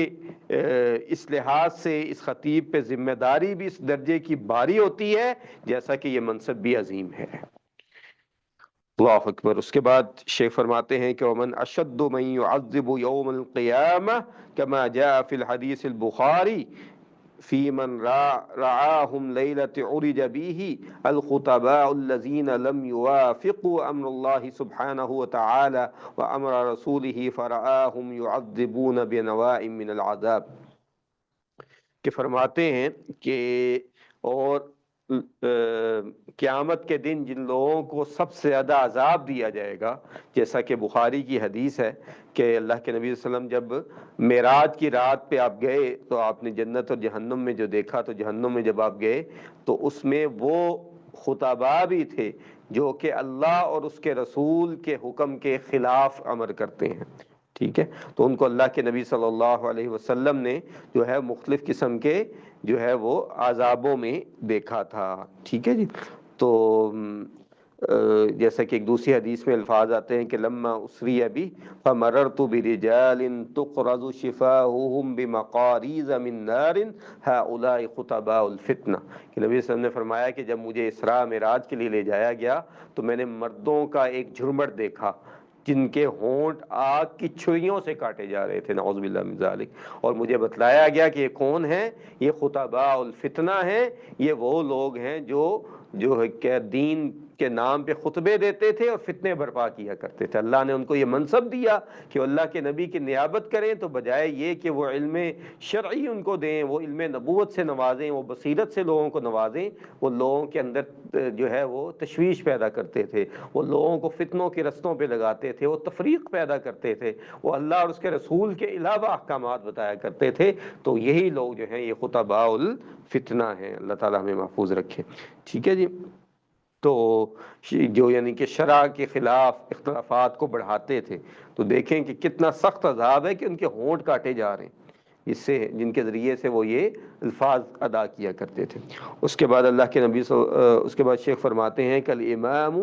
یقوم فیہ مقام النبی صلی اللہ علیہ وسلم فی اداء هذه المهمة لأن أصل الإمامة للنبي صلی اللہ علیہ وسلم ولمن أنابه عليه الصلاة والسلام أو كلفه، والإمامة للولاة الأمور في ذلك عند كثرة المساجد، کہ امام خطیب کا تو بتایا، کہا کہ امام بھی اس دینی خدمت میں نبی کریم صلی اللہ علیہ وسلم کا نائب ہوتا ہے، قائم مقام ہوتا ہے، کیونکہ امامت کا اصل حق نبی صلی اللہ علیہ وسلم کو حاصل ہے، اور ان لوگوں کو جو نبی صلی اللہ علیہ وسلم کی طرف سے نائب یا معمور ہوں، اور جب مساجد کی کثرت ہو تو یہ ولاۃ الامور کی ذمہ داری بن جاتی ہے کہ وہ ان جگہوں پہ جو ہے وہ ائمہ مقرر کریں، ٹھیک ہے؟ تو یہ اصل میں امام جو ہے وہ پھر دو لوگوں کا نائب بن جاتا ہے، ایک تو وہ شرعی لحاظ سے اللہ کے نبی صلی اللہ علیہ وسلم کا نائب تو ہے ہی ہے، اس کے ساتھ ساتھ یہ ولایت الامور کا نائب ہے، کیونکہ اصل امامت کا حق جو ہے وہ ولی الامر یا اس کے نائب کو حاصل تھا۔ تو اب وہ مساجد کی چونکہ کثرت ہو چکی ہے تو ہر جگہ ولی الامر تو نماز نہیں پڑھا سکتا، تو اس لیے یہ امام جو ہے یہ ولی الامر کا بھی نائب ہوتا ہے۔ تو دونوں طرف کی جو ہے وہ دین اور دنیا دونوں کی ذمہ داری اس پہ آ جاتی ہے کہ اس کا حق جو ہے وہ ادا کرے۔ وَإِذَا الْوَاجِبُ عَلَى الْأَئِمَّةِ وَالْخُطَبَاءِ أَن يُحَقِّقُوا مَنْهَجَ السَّلَفِ وَأَلَّا يُعَرِّضُوا أَنفُسَهُمْ وَالْمُسْلِمِينَ إِلَى مَا فِيهِ الْعُقُوبَةِ، تو کہتے ہیں کہ اس لیے پھر لازم ہے ائمہ اور خطباء پر کہ وہ اپنے آپ پہ بھی منہج سلف کو نافذ کریں، اور اپنے آپ کو اور مسلمانوں کو کسی ایسے جو ہے چیز میں نہ ڈال دیں، ایسے کاموں میں نہ ڈال دیں جن سے جو ہے وہ عذاب الہی کی آمد ہو رہی ہو۔ اچھا جی، اس کے بعد تیسری چیز جو تمہید میں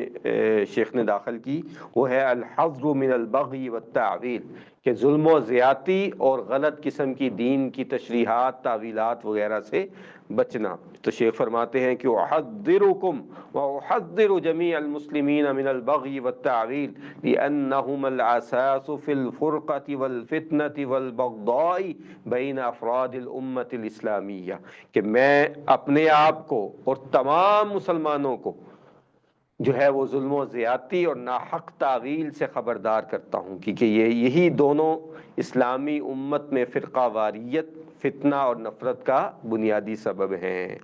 کہ جب آپ ظلم و زیادتی کرنے لگ جائیں، دین کی غلط تشریحات کرنے لگ جائیں، تو اسی سے فرقہ واریت، فتنہ اور نفرت کا دروازہ کھلتا ہے۔ اور کہا کہ وَيَجِبُ السَّمْعُ وَالطَّاعَةُ لِوَلِيِّ الْأَمْرِ لِمَا فِي ذَلِكَ مِنْ صَدِّ الذَّرَائِعِ، کہ اس کے ساتھ ساتھ جو ہے میں تمہیں یہ اس چیز سے ڈراتا ہوں، اس چیز کی نصیحت کرتا ہوں، خبردار کرتا ہوں کہ ولی الامر کی، حکمران کی، حاکم کی جو ہے وہ سمع اور طاع کرنا، اس کی بات کو سننا اور اس کی اطاعت کرنا۔ کیوں؟ کیونکہ اس سے فتنوں کے دروازے بند ہو جاتے ہیں۔ سد الذرائع یہ اصل میں اصول فقہ کا جو ہے وہ ایک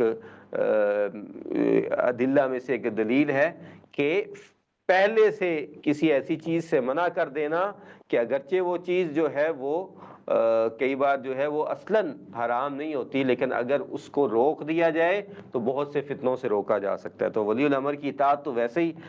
جو ہے وہ اصلاً واجب ہے، اور اس کی اطاعت نہ کرنا حرام ہے، تو اگر اس سے ہم رک جائیں گے تو کئی فتنوں کے دروازے ہم بند کر دیں گے۔ اور یہ چیز ہم آج اسلامی دنیا میں دیکھتے ہیں کہ جگہ جگہ جو فتنوں کے دروازے نمودار ہو رہے ہیں، اس کی وجہ کیا ہے کہ حکمران کو جو ہے وہ اطاعت کے قابل نہیں سمجھا جاتا، ان چیزوں کا، ان احادیث کا مذاق اڑایا جاتا ہے۔ اور کسی کو کہا جائے کہ حکمران آپ کا جو ہے وہ امیر ہے، اس کی اطاعت لازم ہے، تو لوگ اس پہ اس قدر جاہل ہو چکے ہیں کہ وہ استہزاء کرتے ہیں، ہنستے ہیں، کہتے ہیں کہ یہ تم نے کیا نیا لطیفہ سنا دیا، یہ کیا نئی بات بتا دی، ہم نے تو پہلے کبھی یہ نہیں سنا۔ تو یہ اگر اسی پہ عمل ہو تو امت کئی فتنوں سے جو ہے بچ جائے، اور اپنے اوپر جو ایک اضافی ذمہ داری کسی نے ڈالی ہوئی ہے اس سے بھی وہ بچ جائے، کہ جو حکمران کا کام ہے اس تک رہنے دیا جائے، اور جو اپنی ذمہ داری ہے اس کو انسان اٹھائے کہ لا یکلف اللہ نفسا الا وسعها۔ اس کے بعد شیخ فرماتے ہیں وَيَعُدُّ فِيهَا أَيُّهَا الْأَخْوَانِ، اخوان تو اس کے بعد میرے بھائیوں، فَإِنَّ لِلْمُؤْمِنِينَ، کہ مومنوں کے لیے سمات اوصاف ہیں، علیہم ان میں، ان یتخلفوا بها، جن سے ان کو جو ہے متصف ہونا چاہیے، اور وہ صفات کیا ہیں۔ اس کے بعد اصل جو موضوع ہے شیخ کا وہ شروع ہو رہا ہے، اور وہ کیا ہے کہ السمۃ الاولی، پہلی جو صفت ہے وہ ہے الابتعاد عن الغضب والاستعجال، کہ اس کو جو ہے مومن کو، بندہ مومن کو غصے اور جلد بازی سے دور رہنا چاہیے۔ ٹھیک ہے جی، تو یہ پہلی جو صفت بیان کی، تو عمومی طور پہ ہم میں سے ہر ایک کو پتہ ہے کہ غصہ یا جلد بازی یہ کوئی اچھی صفات نہیں ہے، لیکن کسی داعی دین کے لیے، طالب علم کے لیے، دین کا دعویٰ کرنے والے کے لیے یہ اور زیادہ اہم ہے کہ وہ ان چیزوں سے دور رہے۔ تو اس پہ اگر ہم تھوڑا سا پہلے احادیث وغیرہ دیکھ لیں، اس کے بعد شیخ کے کلام کی طرف آتے ہیں، تو ابو ہریرہ رضی اللہ تعالیٰ عنہ سے روایت ہے کہ وہ کہتے ہیں کہ ان رجلا قال للنبی صلی اللہ علیہ وسلم اوصنی، کہ ایک آدمی اللہ کے نبی کے پاس آیا اور کہنے لگا کہ مجھے کوئی وصیت کیجیے۔ قال لا تغضب، غصہ نہ کرو۔ فردد مرارا، اس نے پھر کہا کہ مجھے کچھ اور نصیحت کیجیے۔ آپ نے فرمایا لا تغضب، آپ نے کہا کہ غصہ نہ کرو، بار بار پوچھتا رہا، اور اللہ کے نبی صلی اللہ علیہ وسلم ہر بار یہ کہتے رہے کہ غصہ نہ کرو۔ اور اسی طرح اللہ تعالیٰ نے اہل ایمان کی صفت سورۃ الشعراء میں کیا بیان کی کہ وَإِذَا مَا غَضِبُوا هُمْ يَغْفِرُونَ، کہ جب وہ ان کو غصہ آتا ہے تو وہ معاف کر دیتے ہیں۔ ٹھیک ہے، تو اسی طرح اللہ کے نبی صلی اللہ علیہ وسلم کی صحیحین میں حدیث ہے کہ لیس الشدید بالسرعۃ انما الشدید الذی یملک نفسہ عند الغضب، کہ جو ہے وہ جو کشتی میں غالب آ جائے، لڑائی میں جو غالب آ جائے، وہ کوئی مضبوط آدمی نہیں ہے۔ اصل جو ہے مضبوط آدمی وہ ہے کہ جو اپنے آپ پہ کنٹرول رکھے، جب غصہ آئے تو اپنے نفس پہ قابو پا لے۔ ٹھیک ہے جی، اچھا، اسی طرح جو ہے وہ جلد بازی جو ہے یہ بھی کوئی اچھی صفت نہیں ہے، اگرچہ یہ انسان کی جبلت میں داخل ہے۔ اللہ تعالیٰ نے فرمایا کہ خلق الانسان من عجل، کہ انسان کو جو ہے وہ جلد بازی کی صفت کے ساتھ جو ہے وہ پیدا کیا گیا۔ اور اسی طرح اللہ تعالیٰ نے فرمایا کہ وَيَدْعُ الْإِنسَانُ بِالشَّرِّ دُعَاءَهُ بِالْخَيْرِ وَكَانَ الْإِنسَانُ عَجُولًا، کہ انسان جب اس پہ سختی آتی ہے تو برائی کو یوں پکارتا ہے، بری چیز کو، جیسے اچھی چیز کو پکارنا چاہیے، جیسے خیر کا سوال کرنا چاہیے۔ اور کہا کہ وَكَانَ الْإِنسَانُ عَجُولًا، کیونکہ اصل بات کیا ہے کہ انسان بڑا ہی جلد باز واقع ہوا ہے۔ ٹھیک ہے، اسی طرح سنن ترمذی میں حدیث موجود ہے کہ اللہ کے نبی صلی اللہ علیہ وسلم نے فرمایا کہ التعنی من اللہ والعجلۃ من الشیطان، کہ جو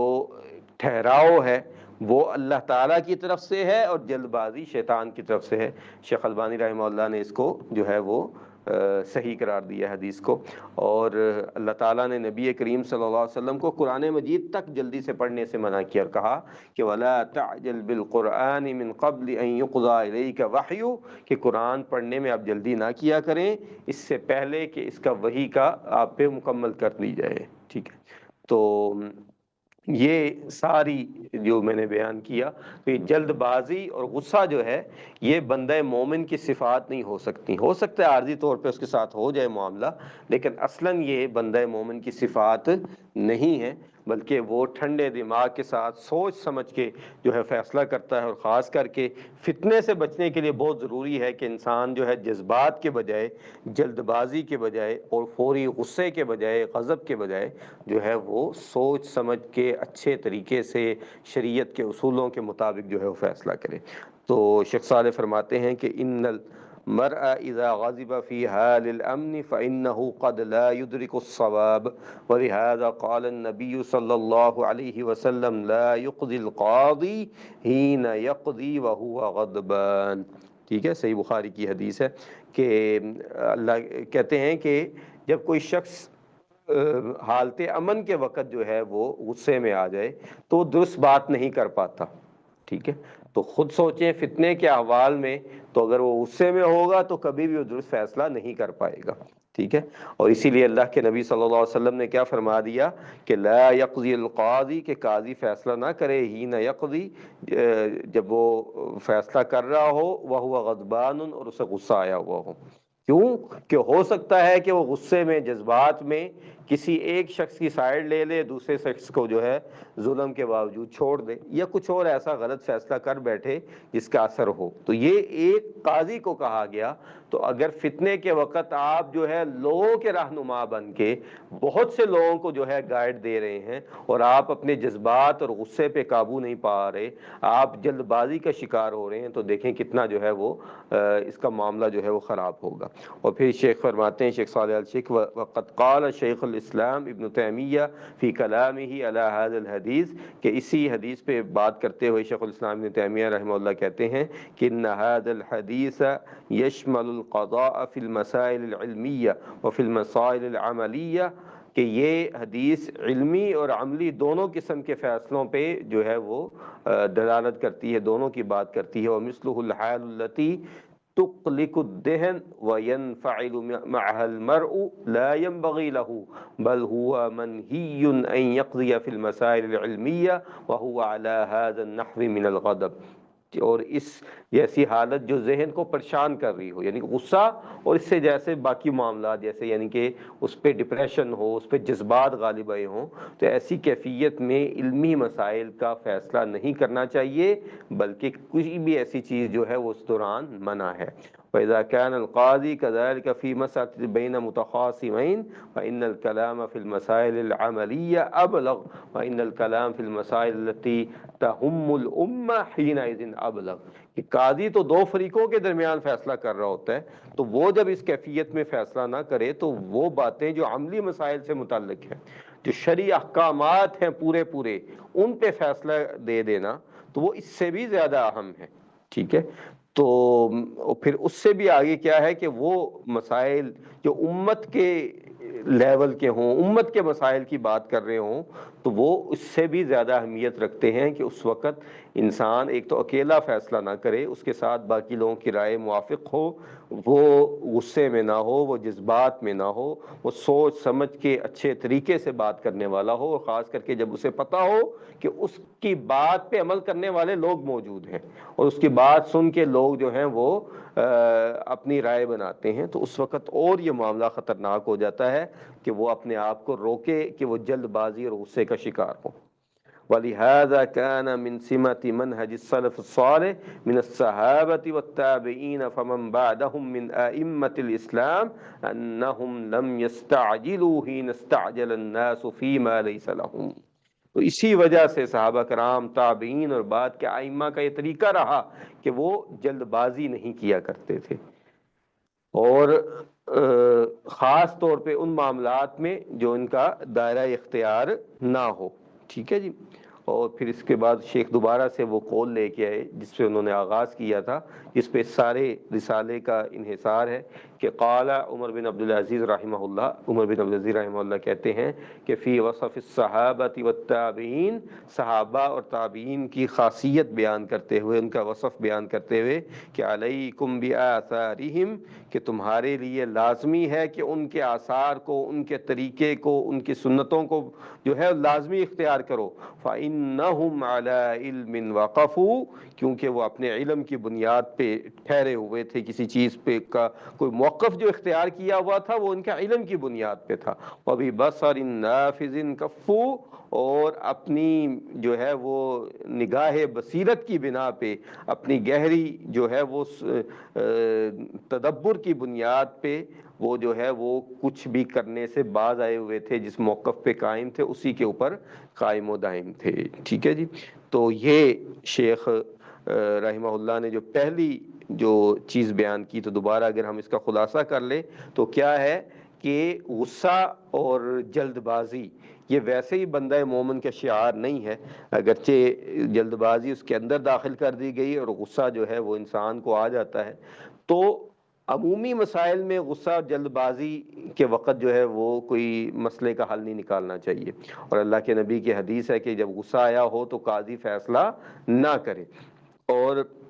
پھر اس کے بعد جب مسئلہ کوئی علمی اور عملی مسائل کا ہو تو اس وقت یہ معاملہ اور خطرناک ہو جاتا ہے۔ آپ کو فتویٰ دینے لگیں تو اس وقت کو ایک آدمی نے اس پہ عمل نہیں کرنا، اس پہ کئی لوگوں کا جو انحصار ہے شرعی لحاظ سے، تو اس وقت آپ اس قسم کے جو ہے جذبات کا شکار نہ ہوں، غصے میں نہ ہوں۔ اور اگر کوئی فتنے کا وقت ہے، امت کے لیول کے مسائل ہیں، مثال کے طور پہ کوئی جہاد کا فتویٰ لینے آپ سے آ گیا، آپ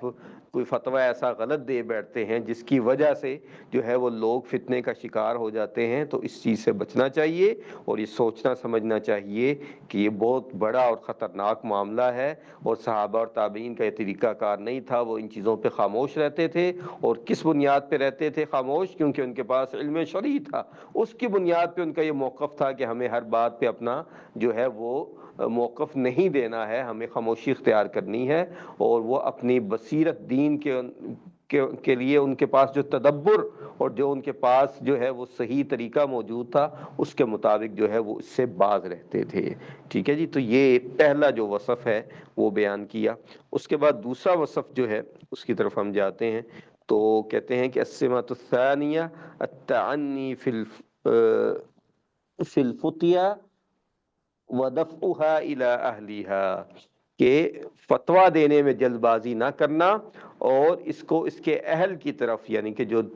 فتویٰ دینے کے اہل ہوں، اہل علم، ان کی طرف جو ہے اس چیز کو لوٹا دینا۔ تو یہ بھی ایک نیا فتنہ ہے کہ ایسے لوگ فتویٰ دینے لگ جاتے ہیں جو خود ابھی تک جو ہے وہ شرعی طور پہ مضبوط نہیں ہوتے۔ ایک ہے کسی کا فتویٰ بیان کرنا، تو اس کی اس لحاظ سے اجازت ہے کہ فَلْيُبَلِّغُ الشَّاهِدُ الْغَائِبُ، کہ اللہ کے نبی نے کہا کہ جو موجود نہیں ہے وہ جو غائب ہے اس تک بات پہنچا دے۔ مثال کے طور پہ آپ نے واضح طور پہ کسی میں کوئی غلطی دیکھی، اس نے پوچھا تو آپ نے بتا دیا کہ نہیں بھائی یہ شرعی مسئلہ اس طرح ہے، میں نے علماء سے اسی طرح سنا ہے کہ وہ اللہ کے نبی کا حکم اس طرح بیان کیا کرتے ہیں، تو یہ تو ٹھیک ہے۔ لیکن اپنی طرف سے جو ہے وہ اٹکل پچکو کرنے لگ جانا، جو ہے وہ بنیادی علم کی کمی کے ساتھ جو ہے وہ یہ کام شروع کر دینا، تو یہ اہل علم کی صفت نہیں ہے، یہ ان کا طریقہ کار نہیں ہے، وہ ان چیزوں پہ قائم نہیں ہے، بلکہ وہ فتویٰ دینے میں جلد بازی نہیں کرتے تھے اور ہمیشہ اہل علم کی طرف لوٹایا کرتے تھے۔ تو یہ فتویٰ دینا یہ بہت بڑی ذمہ داری ہے، اور یہ صرف ان لوگوں کو دی جا سکتی ہے جو علم میں راسخ ہوں، تقوی اور ورع کے لحاظ سے جو ہے وہ اعلیٰ مقام پہ فائز ہوں، شرعی اصول، مقاصد، جیسا کہ امام شافعی رحمہ اللہ کے بارے میں آتا ہے کہ وہ کہتے ہیں کہ ناسخ منسوخ جانتا ہو، ٹھیک ہے جی، 1,00,000 یا کئی علماء نے 2,00,000 احادیث کو حفظ کیا ہو، ٹھیک ہے، اور قرآن جو ہے وہ اس کے ہر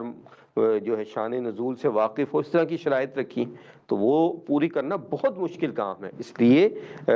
امام ابن قیم رحمہ اللہ کی کتاب جو ہے اعلام المعوقین، اس کی طرف جو ہے رجوع کرنا چاہیے بار بار، جس میں انہوں نے کہا یہ کتاب کا نام ہی کیا ہے، اعلام المعوقین،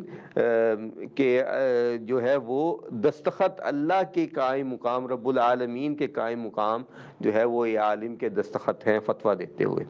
تو اسی لیے امام ابن قیم رحمہ اللہ نے کیا کہ المفتی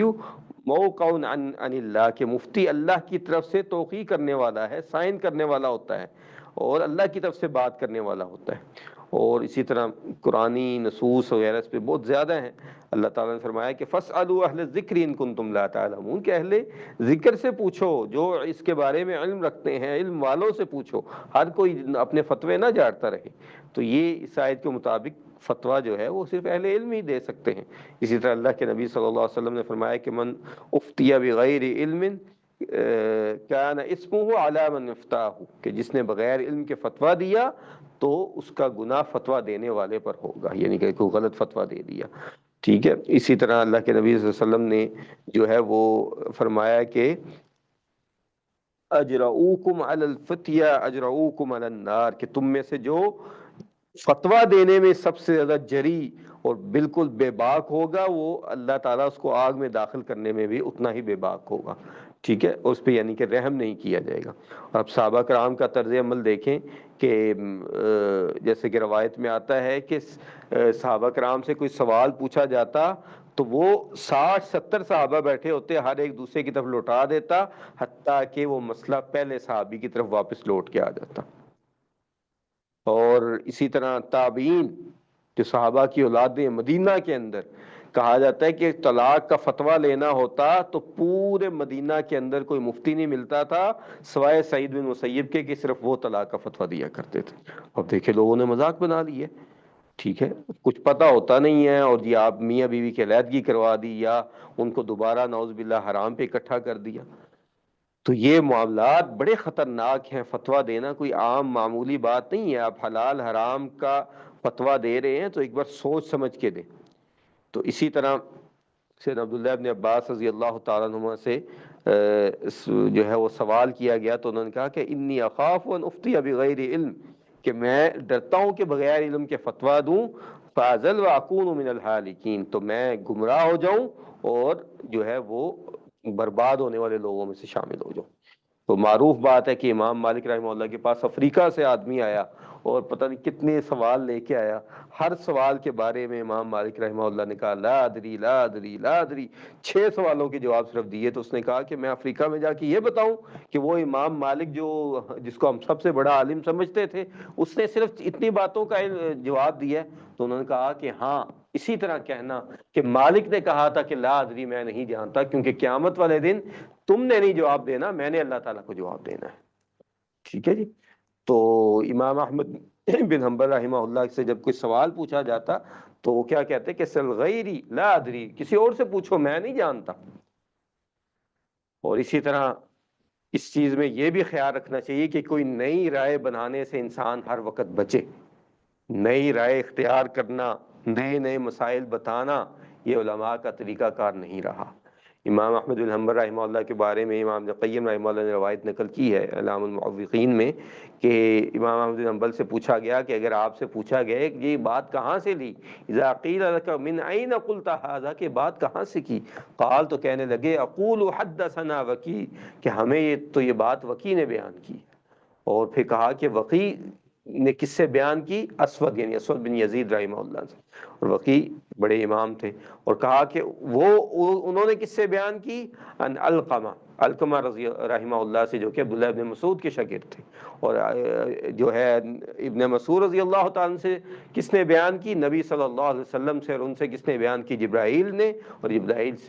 نے کس سے بیان کی؟ رب العالمین سے۔ یعنی کہ اہل علم جو ہے، جو فتویٰ بھی دیتے ہیں، جو بات بھی کرتے ہیں، اس میں بھی اس سند کا خیال رکھتے ہیں، اس میں بھی یہ دیکھتے ہیں کہ مجھ سے پہلے کوئی یہ بات کرنے والا موجود ہو۔ اور امام احمد بن حنبل کا ہی قول ہے کہ یاک ان تتکلم فی مسألۃ لیس لک فیہا امام، کہ اس چیز سے خبردار ہو جاؤ، آگاہ ہو جاؤ کہ تم کوئی ایسی بات کرو جس میں تمہارا کوئی امام نہیں ہے، یعنی کہ تم سے پہلے وہ کوئی لوگ بیان نہیں کر کے جا چکے۔ کیونکہ الیوم اکملت لکم دینکم، آج دین مکمل ہو گیا۔ اس لحاظ سے دین میں کبھی بھی کسی ایسی چیز کا اضافہ نہیں ہو سکتا جو اللہ کے نبی صلی اللہ علیہ وسلم یا صحابہ کرام نے بیان نہ کی ہو، یا اس کا اصول بیان کر کے نہ گئے ہوں۔ تو اس لیے نئے مسائل میں بھی اصول پرانے چلیں گے۔ کئی لوگ کیا آ کے کہتے ہیں جی یہ دین تو اب کہتے ہیں کہ مکمل ہو گیا، اب اس مسئلے کا حل کیا ہے؟ تو یاد رکھیں کہ اسلام نے اصول و ضوابط دے دیے ہیں۔ یہ ہو ہی نہیں سکتا کہ کوئی مسئلہ ہو اور اس کا اصول و ضوابط اسلام سے باہر ہو چکے ہوں۔ تو اس لیے یہاں پہ یہ بھی ذہن میں رکھنا چاہیے، جو کچھ لوگ استہزاء کرتے ہیں علماء کا، جی یہ انہوں نے تو جی فلاں چیز پہ اتنے سال خاموش رہے، بعد میں کہا جی حلال ہے حرام ہے. کیوں؟ کیونکہ علماء کرام ڈرتے ہیں کہ اللہ کی شریعت کے بارے میں، اللہ کے دین کے بارے میں ایسی کوئی بات کر جائیں کہ کسی حلال کو حرام بنا جائیں یا حرام کو حلال بنا دیں. یہی معاملہ تصویر کا ہے، یہی اسلامک بینکنگ کا ہے. اسلامک بینکنگ تو خیر بہت واضح طور پہ اس میں حرمت کے دلائل موجود ہیں، لیکن تصویر یا ویڈیو جو ہے وہ ایسا ہی معاملہ ہے. اسی لیے علماء ابھی تک اس کے اندر جو ہے وہ انشراح صدر کے ساتھ کوئی نہیں کہتا کہ بالکل جائز ہے، یہ کام کرنا ہی چاہیے، بلکہ کچھ شرائط کے ساتھ ہی اس کی اجازت دیتے ہیں. اس کے بعد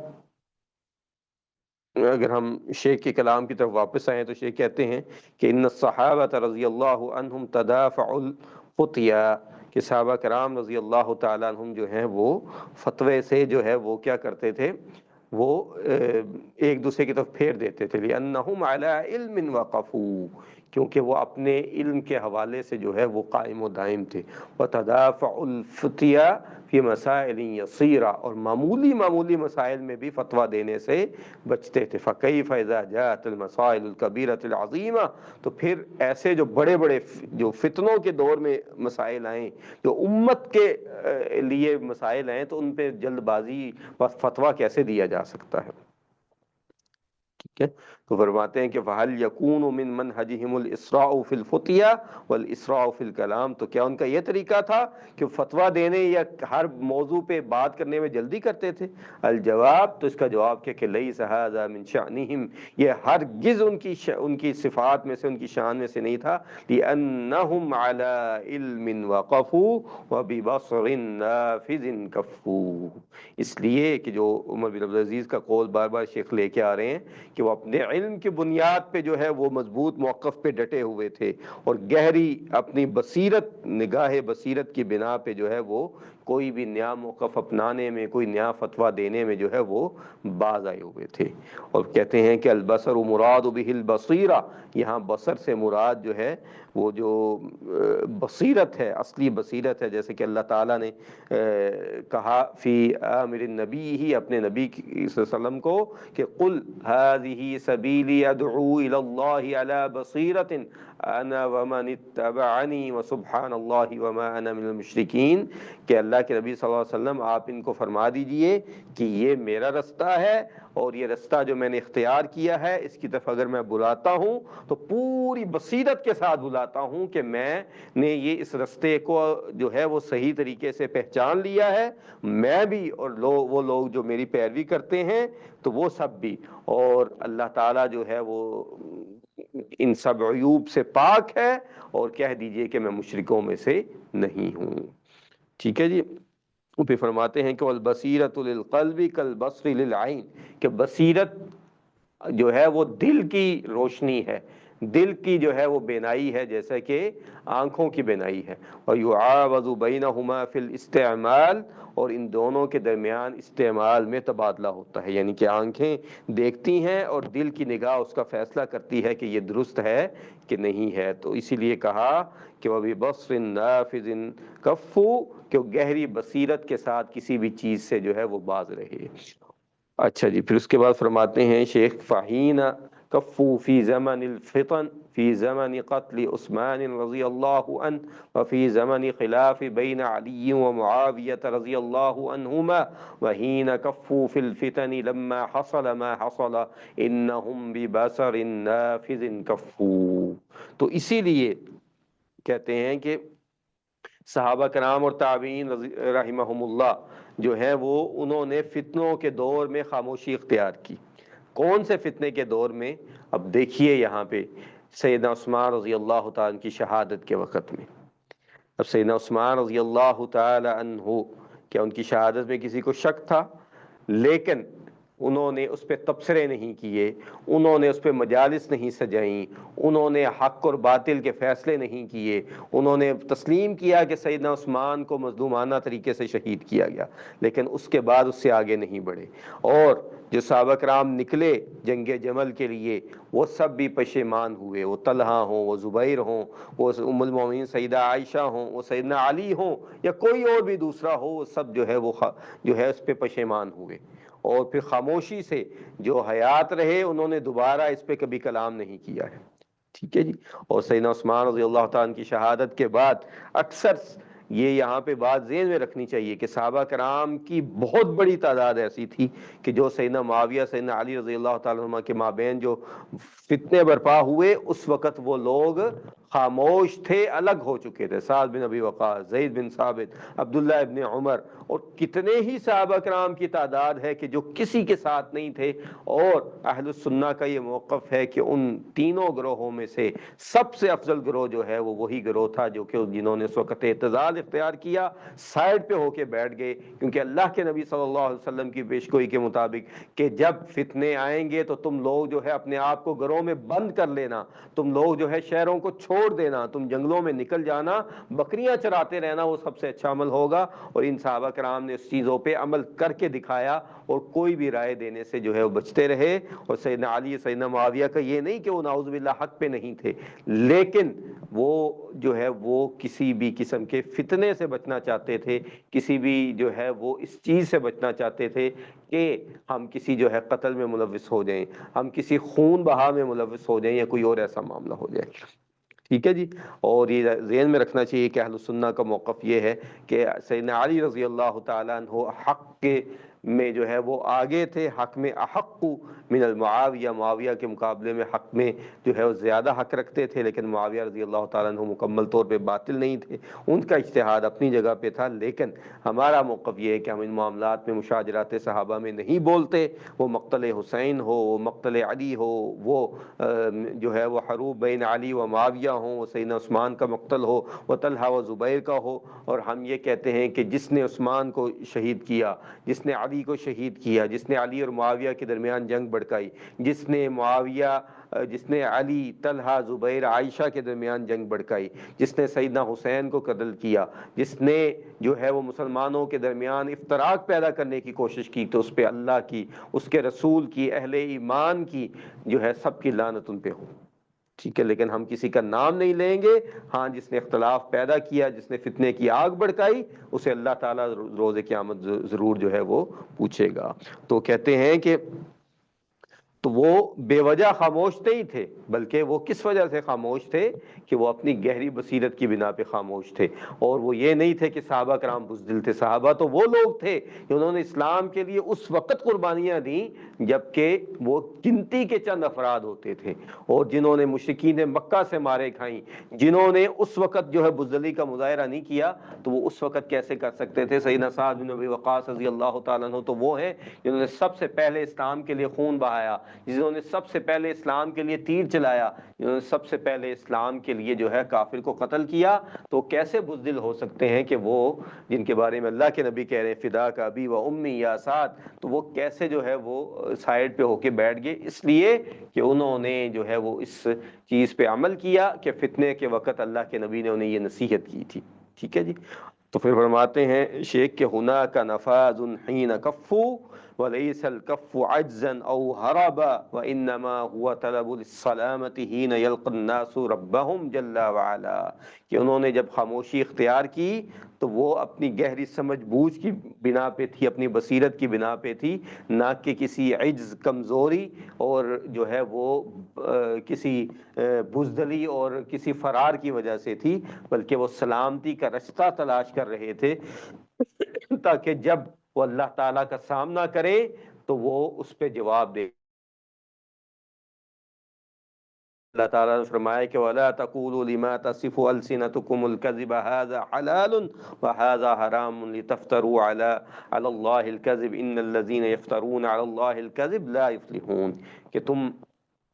اپنی زبانوں سے جو جھوٹ بناتے ہو تو یہ مت کہو کہ یہ حلال ہے اور یہ حرام ہے، تاکہ اللہ پر جھوٹ باندھو۔ بے شک جو لوگ اللہ پر جھوٹ باندھتے ہیں کامیاب نہیں ہو سکتے، یعنی کہ وہ ان کو کلام اللہ ان کے ذہنوں میں ہوتا تھا، اس لیے وہ خاموش ہوتے تھے کہ کہیں ہم حلال کو حرام، حرام کو حلال نہ بنا بیٹھیں اور اللہ پہ کسی قسم کا نعوذ باللہ جھوٹ نہ باندھ بیٹھیں. ٹھیک ہے. تو هذه الآية تبين شدة خطر القول بأن هذا حلال وهذا حرام لأن المرء لا يجزم بموافقة حكم الله جل وعلا في مسائل الاختلافیہ اور فی المسائل المجتہدہ فیہا. ٹھیک ہے. تو کہتے ہیں شیخ کی آیت اس بات کی شدت کو جو ہے وہ واضح کر رہی ہے کہ علم کے بغیر کسی چیز کو حلال یا حرام کہنا انتہائی خطرناک معاملہ ہے، کہ انسان اختلافی یا اجتہادی مسائل میں یقین سے نہیں کہہ سکتا کہ اس کا قول اللہ کے حکم کے مطابق ہے. اسی لیے جو ہے وہ صحابہ، تابعین، ائمہ کرام جو ہے وہ کسی مسئلے میں رائے دینے سے ڈرتے تھے. امام شافعی رحمہ اللہ جو ہے وہ کسی مسئلے میں رائے دینی تھی تو 100 بار قرآن مجید کا مطالعہ کیا، اس کے بعد جو ہے وہ کوئی رائے اختیار کی. تو ایک آدھ حدیث پڑھ کے، ایک آیت پڑھ کے اس کا بھی مفہوم غلط سمجھ کے جو ہے فتوے دے دینا، حکم لگا دینا، علماء سے جو ہے وہ بدزنی اختیار کر لینا، یہ اہل علم کا طریقہ نہیں ہو سکتا ہے. ٹھیک ہے جی. اور پھر اس کے بعد شیخ فرماتے ہیں وَقَدْ كَانَ مَنْهَجُ السَّلَفِ فِي هَذِهِ الْمَسَائِلِ هُوَ الْوَرَعُ وَالْاحْتِيَاطُ لِلدِّينِ. یہ سلف صالحین کا یہ طریقہ تھا اس کے بارے میں کہ وہ دین کے معاملے میں اور جو ہے ورع اور احتیاط سے کام لیتے تھے، اللہ سے ڈرتے تھے، اپنے آپ کو بچا کے رکھتے تھے کہ ہمیں ان معاملات میں جو ہے وہ کوئی رائے نہ دینی پڑے. ٹھیک ہے جی. فلا يقولون هذا حلال الا لما اتضح دلیلۃ من ادلۃ الشرع ولا يقولون هذا حرام الا اذا اتضح دلیلہ. یہ سب صالحین کا یہ طریقہ تھا کہ ایک تو وہ دین کے معاملے میں ورع اور احتیاط سے کام لیتے تھے اور کسی چیز کو تب ہی وہ حلال یا حرام کہتے تھے جب ان کے پاس اس کی شریعت سے کوئی واضح دلیل ہوتی ہو. یہ معاملے بڑے خطرناک ہیں. یہاں پہ میں مختصراً ایک واقعہ بیان کر دیتا ہوں کہ ہمارا عمومی طور پہ کیا رویہ ہوتا ہے اور علماء کا رویہ کیا ہوتا ہے. کہ ہم اپنے استاد شیخ عبداللہ بوعی جان جو اس وقت مسجد نبوی کے امام اور خطیب ہیں، ان سے جو ہے سیاسہ شرعیہ جو ہے ایک مادہ جو ہے جامعہ اسلامیہ مدینہ میں پڑھ رہے تھے. تو ایک دن کلاس کے دوران ایک ساتھی نے، شیخ اسی بات پہ گفتگو کر رہے تھے کہ اپنے مسائل علماء سے پوچھا کریں. تو اس نے کہا کہ شیخ میں آپ سے ایک مسئلہ پوچھنا چاہتا ہوں. ان کا جی پوچھئے. نے کہا کہ مسجد نبوی جو ہے اس کے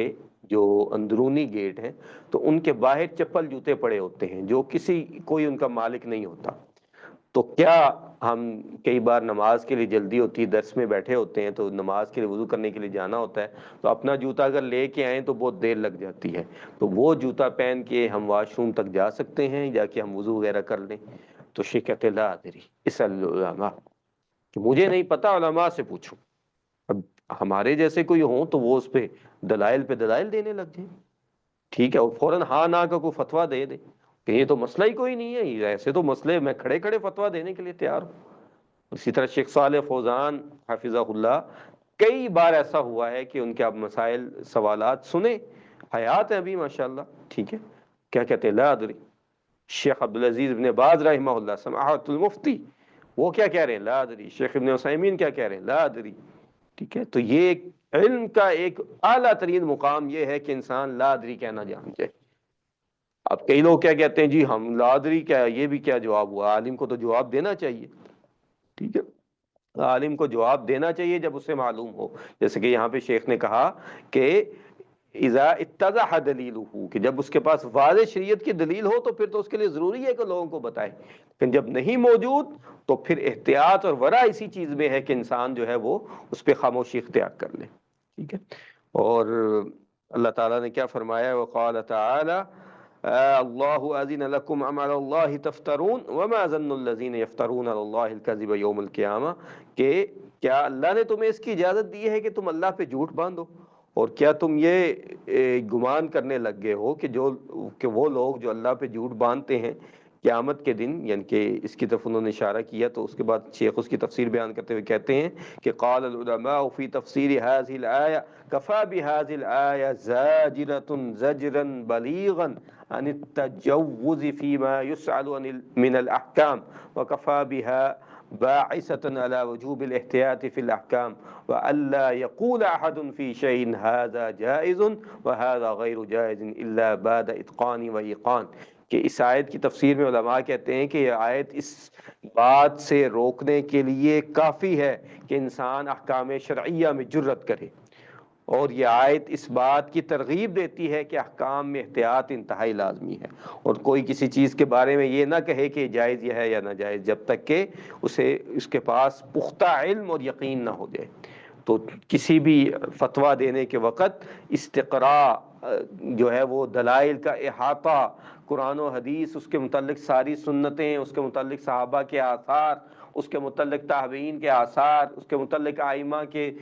فتاویٰ، اور پھر اس کے متعلق جو ہے وہ نوازل، ان سب چیزوں کا علم نہ ہو جائے اس وقت تک فتویٰ نہیں دینا چاہیے۔ اور پہلی بات تو یہ ہے کہ عام جو طالب علم ہے، عام امام مسجد ہے، امام خطیب مسجد ہے، اس کو فتویٰ ویسے ہی دینے سے بچنا چاہیے۔ اور ہاں یہ ضرور ہے کہ اللہ نے اسے کیونکہ یہ منصب دیا ہے تو وہ ائمہ کے علماء کے فتاویٰ کو بیان کرے، جیسا کہ ہم نے اپنے شیخ سلیمان رحیلی حافظہ اللہ کو دیکھا کہ جب وہ فتویٰ بیان کرتے ہیں تو کیا کہتے ہیں کہ جو میں نے مطالعہ کیا ہے، یعنی کہ میں مفہوماً ان کی بات بتا رہا ہوں، تو اس کے مطابق میں نے اپنے مشائخ میں سے مثال کے طور پہ جو ہے وہ شیخ حماد انصاری کو، شیخ عبد المحسن عباد کو، شیخ صالح فوزان کو، شیخ عبدالعزیز ابن باز کو، شیخ ابن عثیمین کو، شیخ البانی کو، ان سب کو میں نے یہ مسئلہ اس طرح بیان کرتے ہوئے دیکھا ہے، اور ان میں سے میں نے فلاں فلاں عالم کی دلیل کو جو ہے وہ کہ فتوے کو دلیل کے قریب پایا اور اس کو میں نے اختیار کیا۔ تو یہ طریقہ ہے، جبکہ اب شیخ سلمان وحیلی خود بھی اگر کہیں کہ میرا یہ فتویٰ ہے تو یہ حق رکھتے ہیں، اس وقت جو منطقہ مدینہ کے نائب مفتی ہیں اور فتویٰ کرسی جامعہ اسلامیہ مدینہ کے رئیس ہیں، اور کئی سال ہو گئے ان کو جو ہے وہ مسجد نبوی میں درس دیتے، مسجد قباء کا خطیب بنے ہوئے، پتہ نہیں کتنے وہ جو ہے وہ دورہ جات وغیرہ کروا چکے ہیں، لیکن اکیلے اپنی رائے اختیار نہیں کرتے۔ وہی بات ہے جو پیچھے ہم بیان کر چکے کہ امام احمد بن حنبل رحمہ اللہ نے کہا کہ ایاک ان تتکلم فی المسألہ، کہ اس بات سے بچو کہ تم کوئی مسئلہ جو ہے اس کے اوپر بات کرو ولیس فیہ امام، اور اس میں تمہارا کوئی جو ہے وہ امام موجود نہ ہو۔ تو اس وقت تک کوئی فتویٰ نہ دیں جب تک آپ کے موقف کے ساتھ کوئی دوسرا موقف موجود نہ ہو، وہ بھی جو ہے وہ راسخین فی العلم علماء کا۔ اور اگر کسی بات پہ علماء کا اتفاق ہے، اجماع ہے، تو اس کو اجماع کو توڑتے وقت اللہ سے ڈریں، اللہ کا خوف اختیار کریں۔ اگر علماء واضح کوئی دلیل نہیں ہے لیکن آپ کو یہ پتہ چلا کہ اس بات پہ علماء کا اتفاق ہو چکا ہے، اس پہ خاموش ہو جائیں۔ اب کئی ہمارے لوگ کیا کرتے ہیں کہ آج کل انٹرنیٹ کا دور ہے، تو کوئی فتویٰ سنا عرب علماء کا ان کے حالات کے مطابق، تو اس کو برِ صغیر کے حالات پہ انطباق کرنا شروع کر دیں گے۔ اگر برِ صغیر کے علماء کا، سلفی علماء کا، محدثین کا کسی بات پہ اتفاق ہے تو آپ اس اتفاق کے خلاف نہ جائیں، یہی ضروری ہے کہ آپ فتنے سے بچیں گے۔ اس کی ایک سادہ سی مثال ہے کہ محدثین جو ہیں بر صغیر کے علماء اہل الحدیث، ان کا اس بات پہ اتفاق ہے کہ نماز میں قیام کے دوران سینے پہ ہاتھ باندھنا جو ہے یہ افضل اور اولیٰ ہے۔ اب میں اور آپ آ کے کہیں گی نہیں جی ہم نے تو یہ بھی پڑھا ہے کہ فلاں امام نے یہ بیان کیا تو اس لیے ہاتھ جو ہے وہ نیچے باندھ لینے چاہیے، تو ٹھیک ہے یہ موقف ہو سکتا ہے درست ہو، لیکن آپ یہاں پہ آ کے لوگوں کو، عام لوگوں کو جو ہے فتنے میں مبتلا کریں گے اگر آپ ان کو آ کے یہ بتائیں گے، کیونکہ یہاں پہ ایک علماء کا اتفاقی موقف یہ موجود ہے کہ ہاتھ جو ہے وہ سینے پہ باندھنے چاہیے، اور یہ ان کے نزدیک روایت سنت کے زیادہ قریب ہے اور دلیل کے لحاظ سے زیادہ مضبوط ہے، تو آپ اسی کو اختیار کریں اور کسی نئے فتنے کا دروازہ نہ کھولیں۔ شاذ اقوال کو اختیار کرنا، غریب قسم کے اقوال کو لوگوں کے سامنے بیان کرنا، اور لوگوں کو، عام لوگوں کو اس طرح مسئلہ بتانا کہ اس مسئلے میں 6 رائے ہیں، فلاں امام نے یہ کہا، فلاں نے یہ کہا، فلاں نے یہ کہا، یہ مسئلہ بتانے کا طریقہ نہیں ہے۔ عامت الناس کو فتویٰ اس طرح بتایا جائے کہ یہ دلیل ہے اور یہ اس مسئلے کا حل ہے، بس اس سے زیادہ اگر آپ ان کو بتائیں گے تو آپ ان کو جو ہے وہ فتنے میں مبتلا کریں گے۔ اس کے بعد شیخ حافظ اللہ فرماتے ہیں کہ وَمَن لَّمْ يُعَقِّن فَلْيَتَّقِ وَلْيَصْمُتْ، تو جو شخص یقین کے درجے تک نہ پہنچے تو اس کو خاموشی اختیار کرنی چاہیے۔ وَإِلَّا هُوَ مُفْتَرٍ عَلَى اللَّهِ عَزَّ وَجَلَّ، اگر وہ ایسا نہیں کرے گا تو وہ نعوذ باللہ جو ہے وہ اللہ تعالیٰ پہ جو ہے بہتان باندھنے والا ہوگا، جھوٹ باندھنے والا ہوگا۔ اور اللہ تعالیٰ نے فرمایا کہ قُلْ اللَّهُ أَذِنَ لَكُمْ أَمْ عَلَى اللَّهِ تَفْتَرُونَ، تو اللہ تعالیٰ نے کہا کہ کیا اللہ نے تمہیں اجازت دی تھی کہ تم اللہ پہ جو ہے جھوٹ باندھو؟ وَقَوْلُهُ مِن شَدِيدِ الْوَعِيدِ، اور یہ شدید قسم کی اللہ تعالیٰ کے قول میں وعید ہے۔ اور وَهَذَا يُعْجِبُ الْخَوْفَ مِنَ الدُّخُولِ فِي الْفُتْيَا فِي كُلِّ مَا يَسْأَلُ عَنْهُ النَّاسُ، اور اس سے ہر اس فتویٰ دینے والے کو ڈر جانا چاہیے جس کے بارے میں لوگوں نے اس سے سوال کیا ہے۔ اور نبی صلی اللہ علیہ وسلم نے فرمایا کہ من افتی بغیر علم کان اسمہ علی من افتاہ، کہ جس نے بغیر علم کے فتویٰ دیا تو اس کا گناہ اسی پہ ہوگا جس نے اسے فتویٰ دیا۔ اور فرمایا کہ ینبغی علی المرء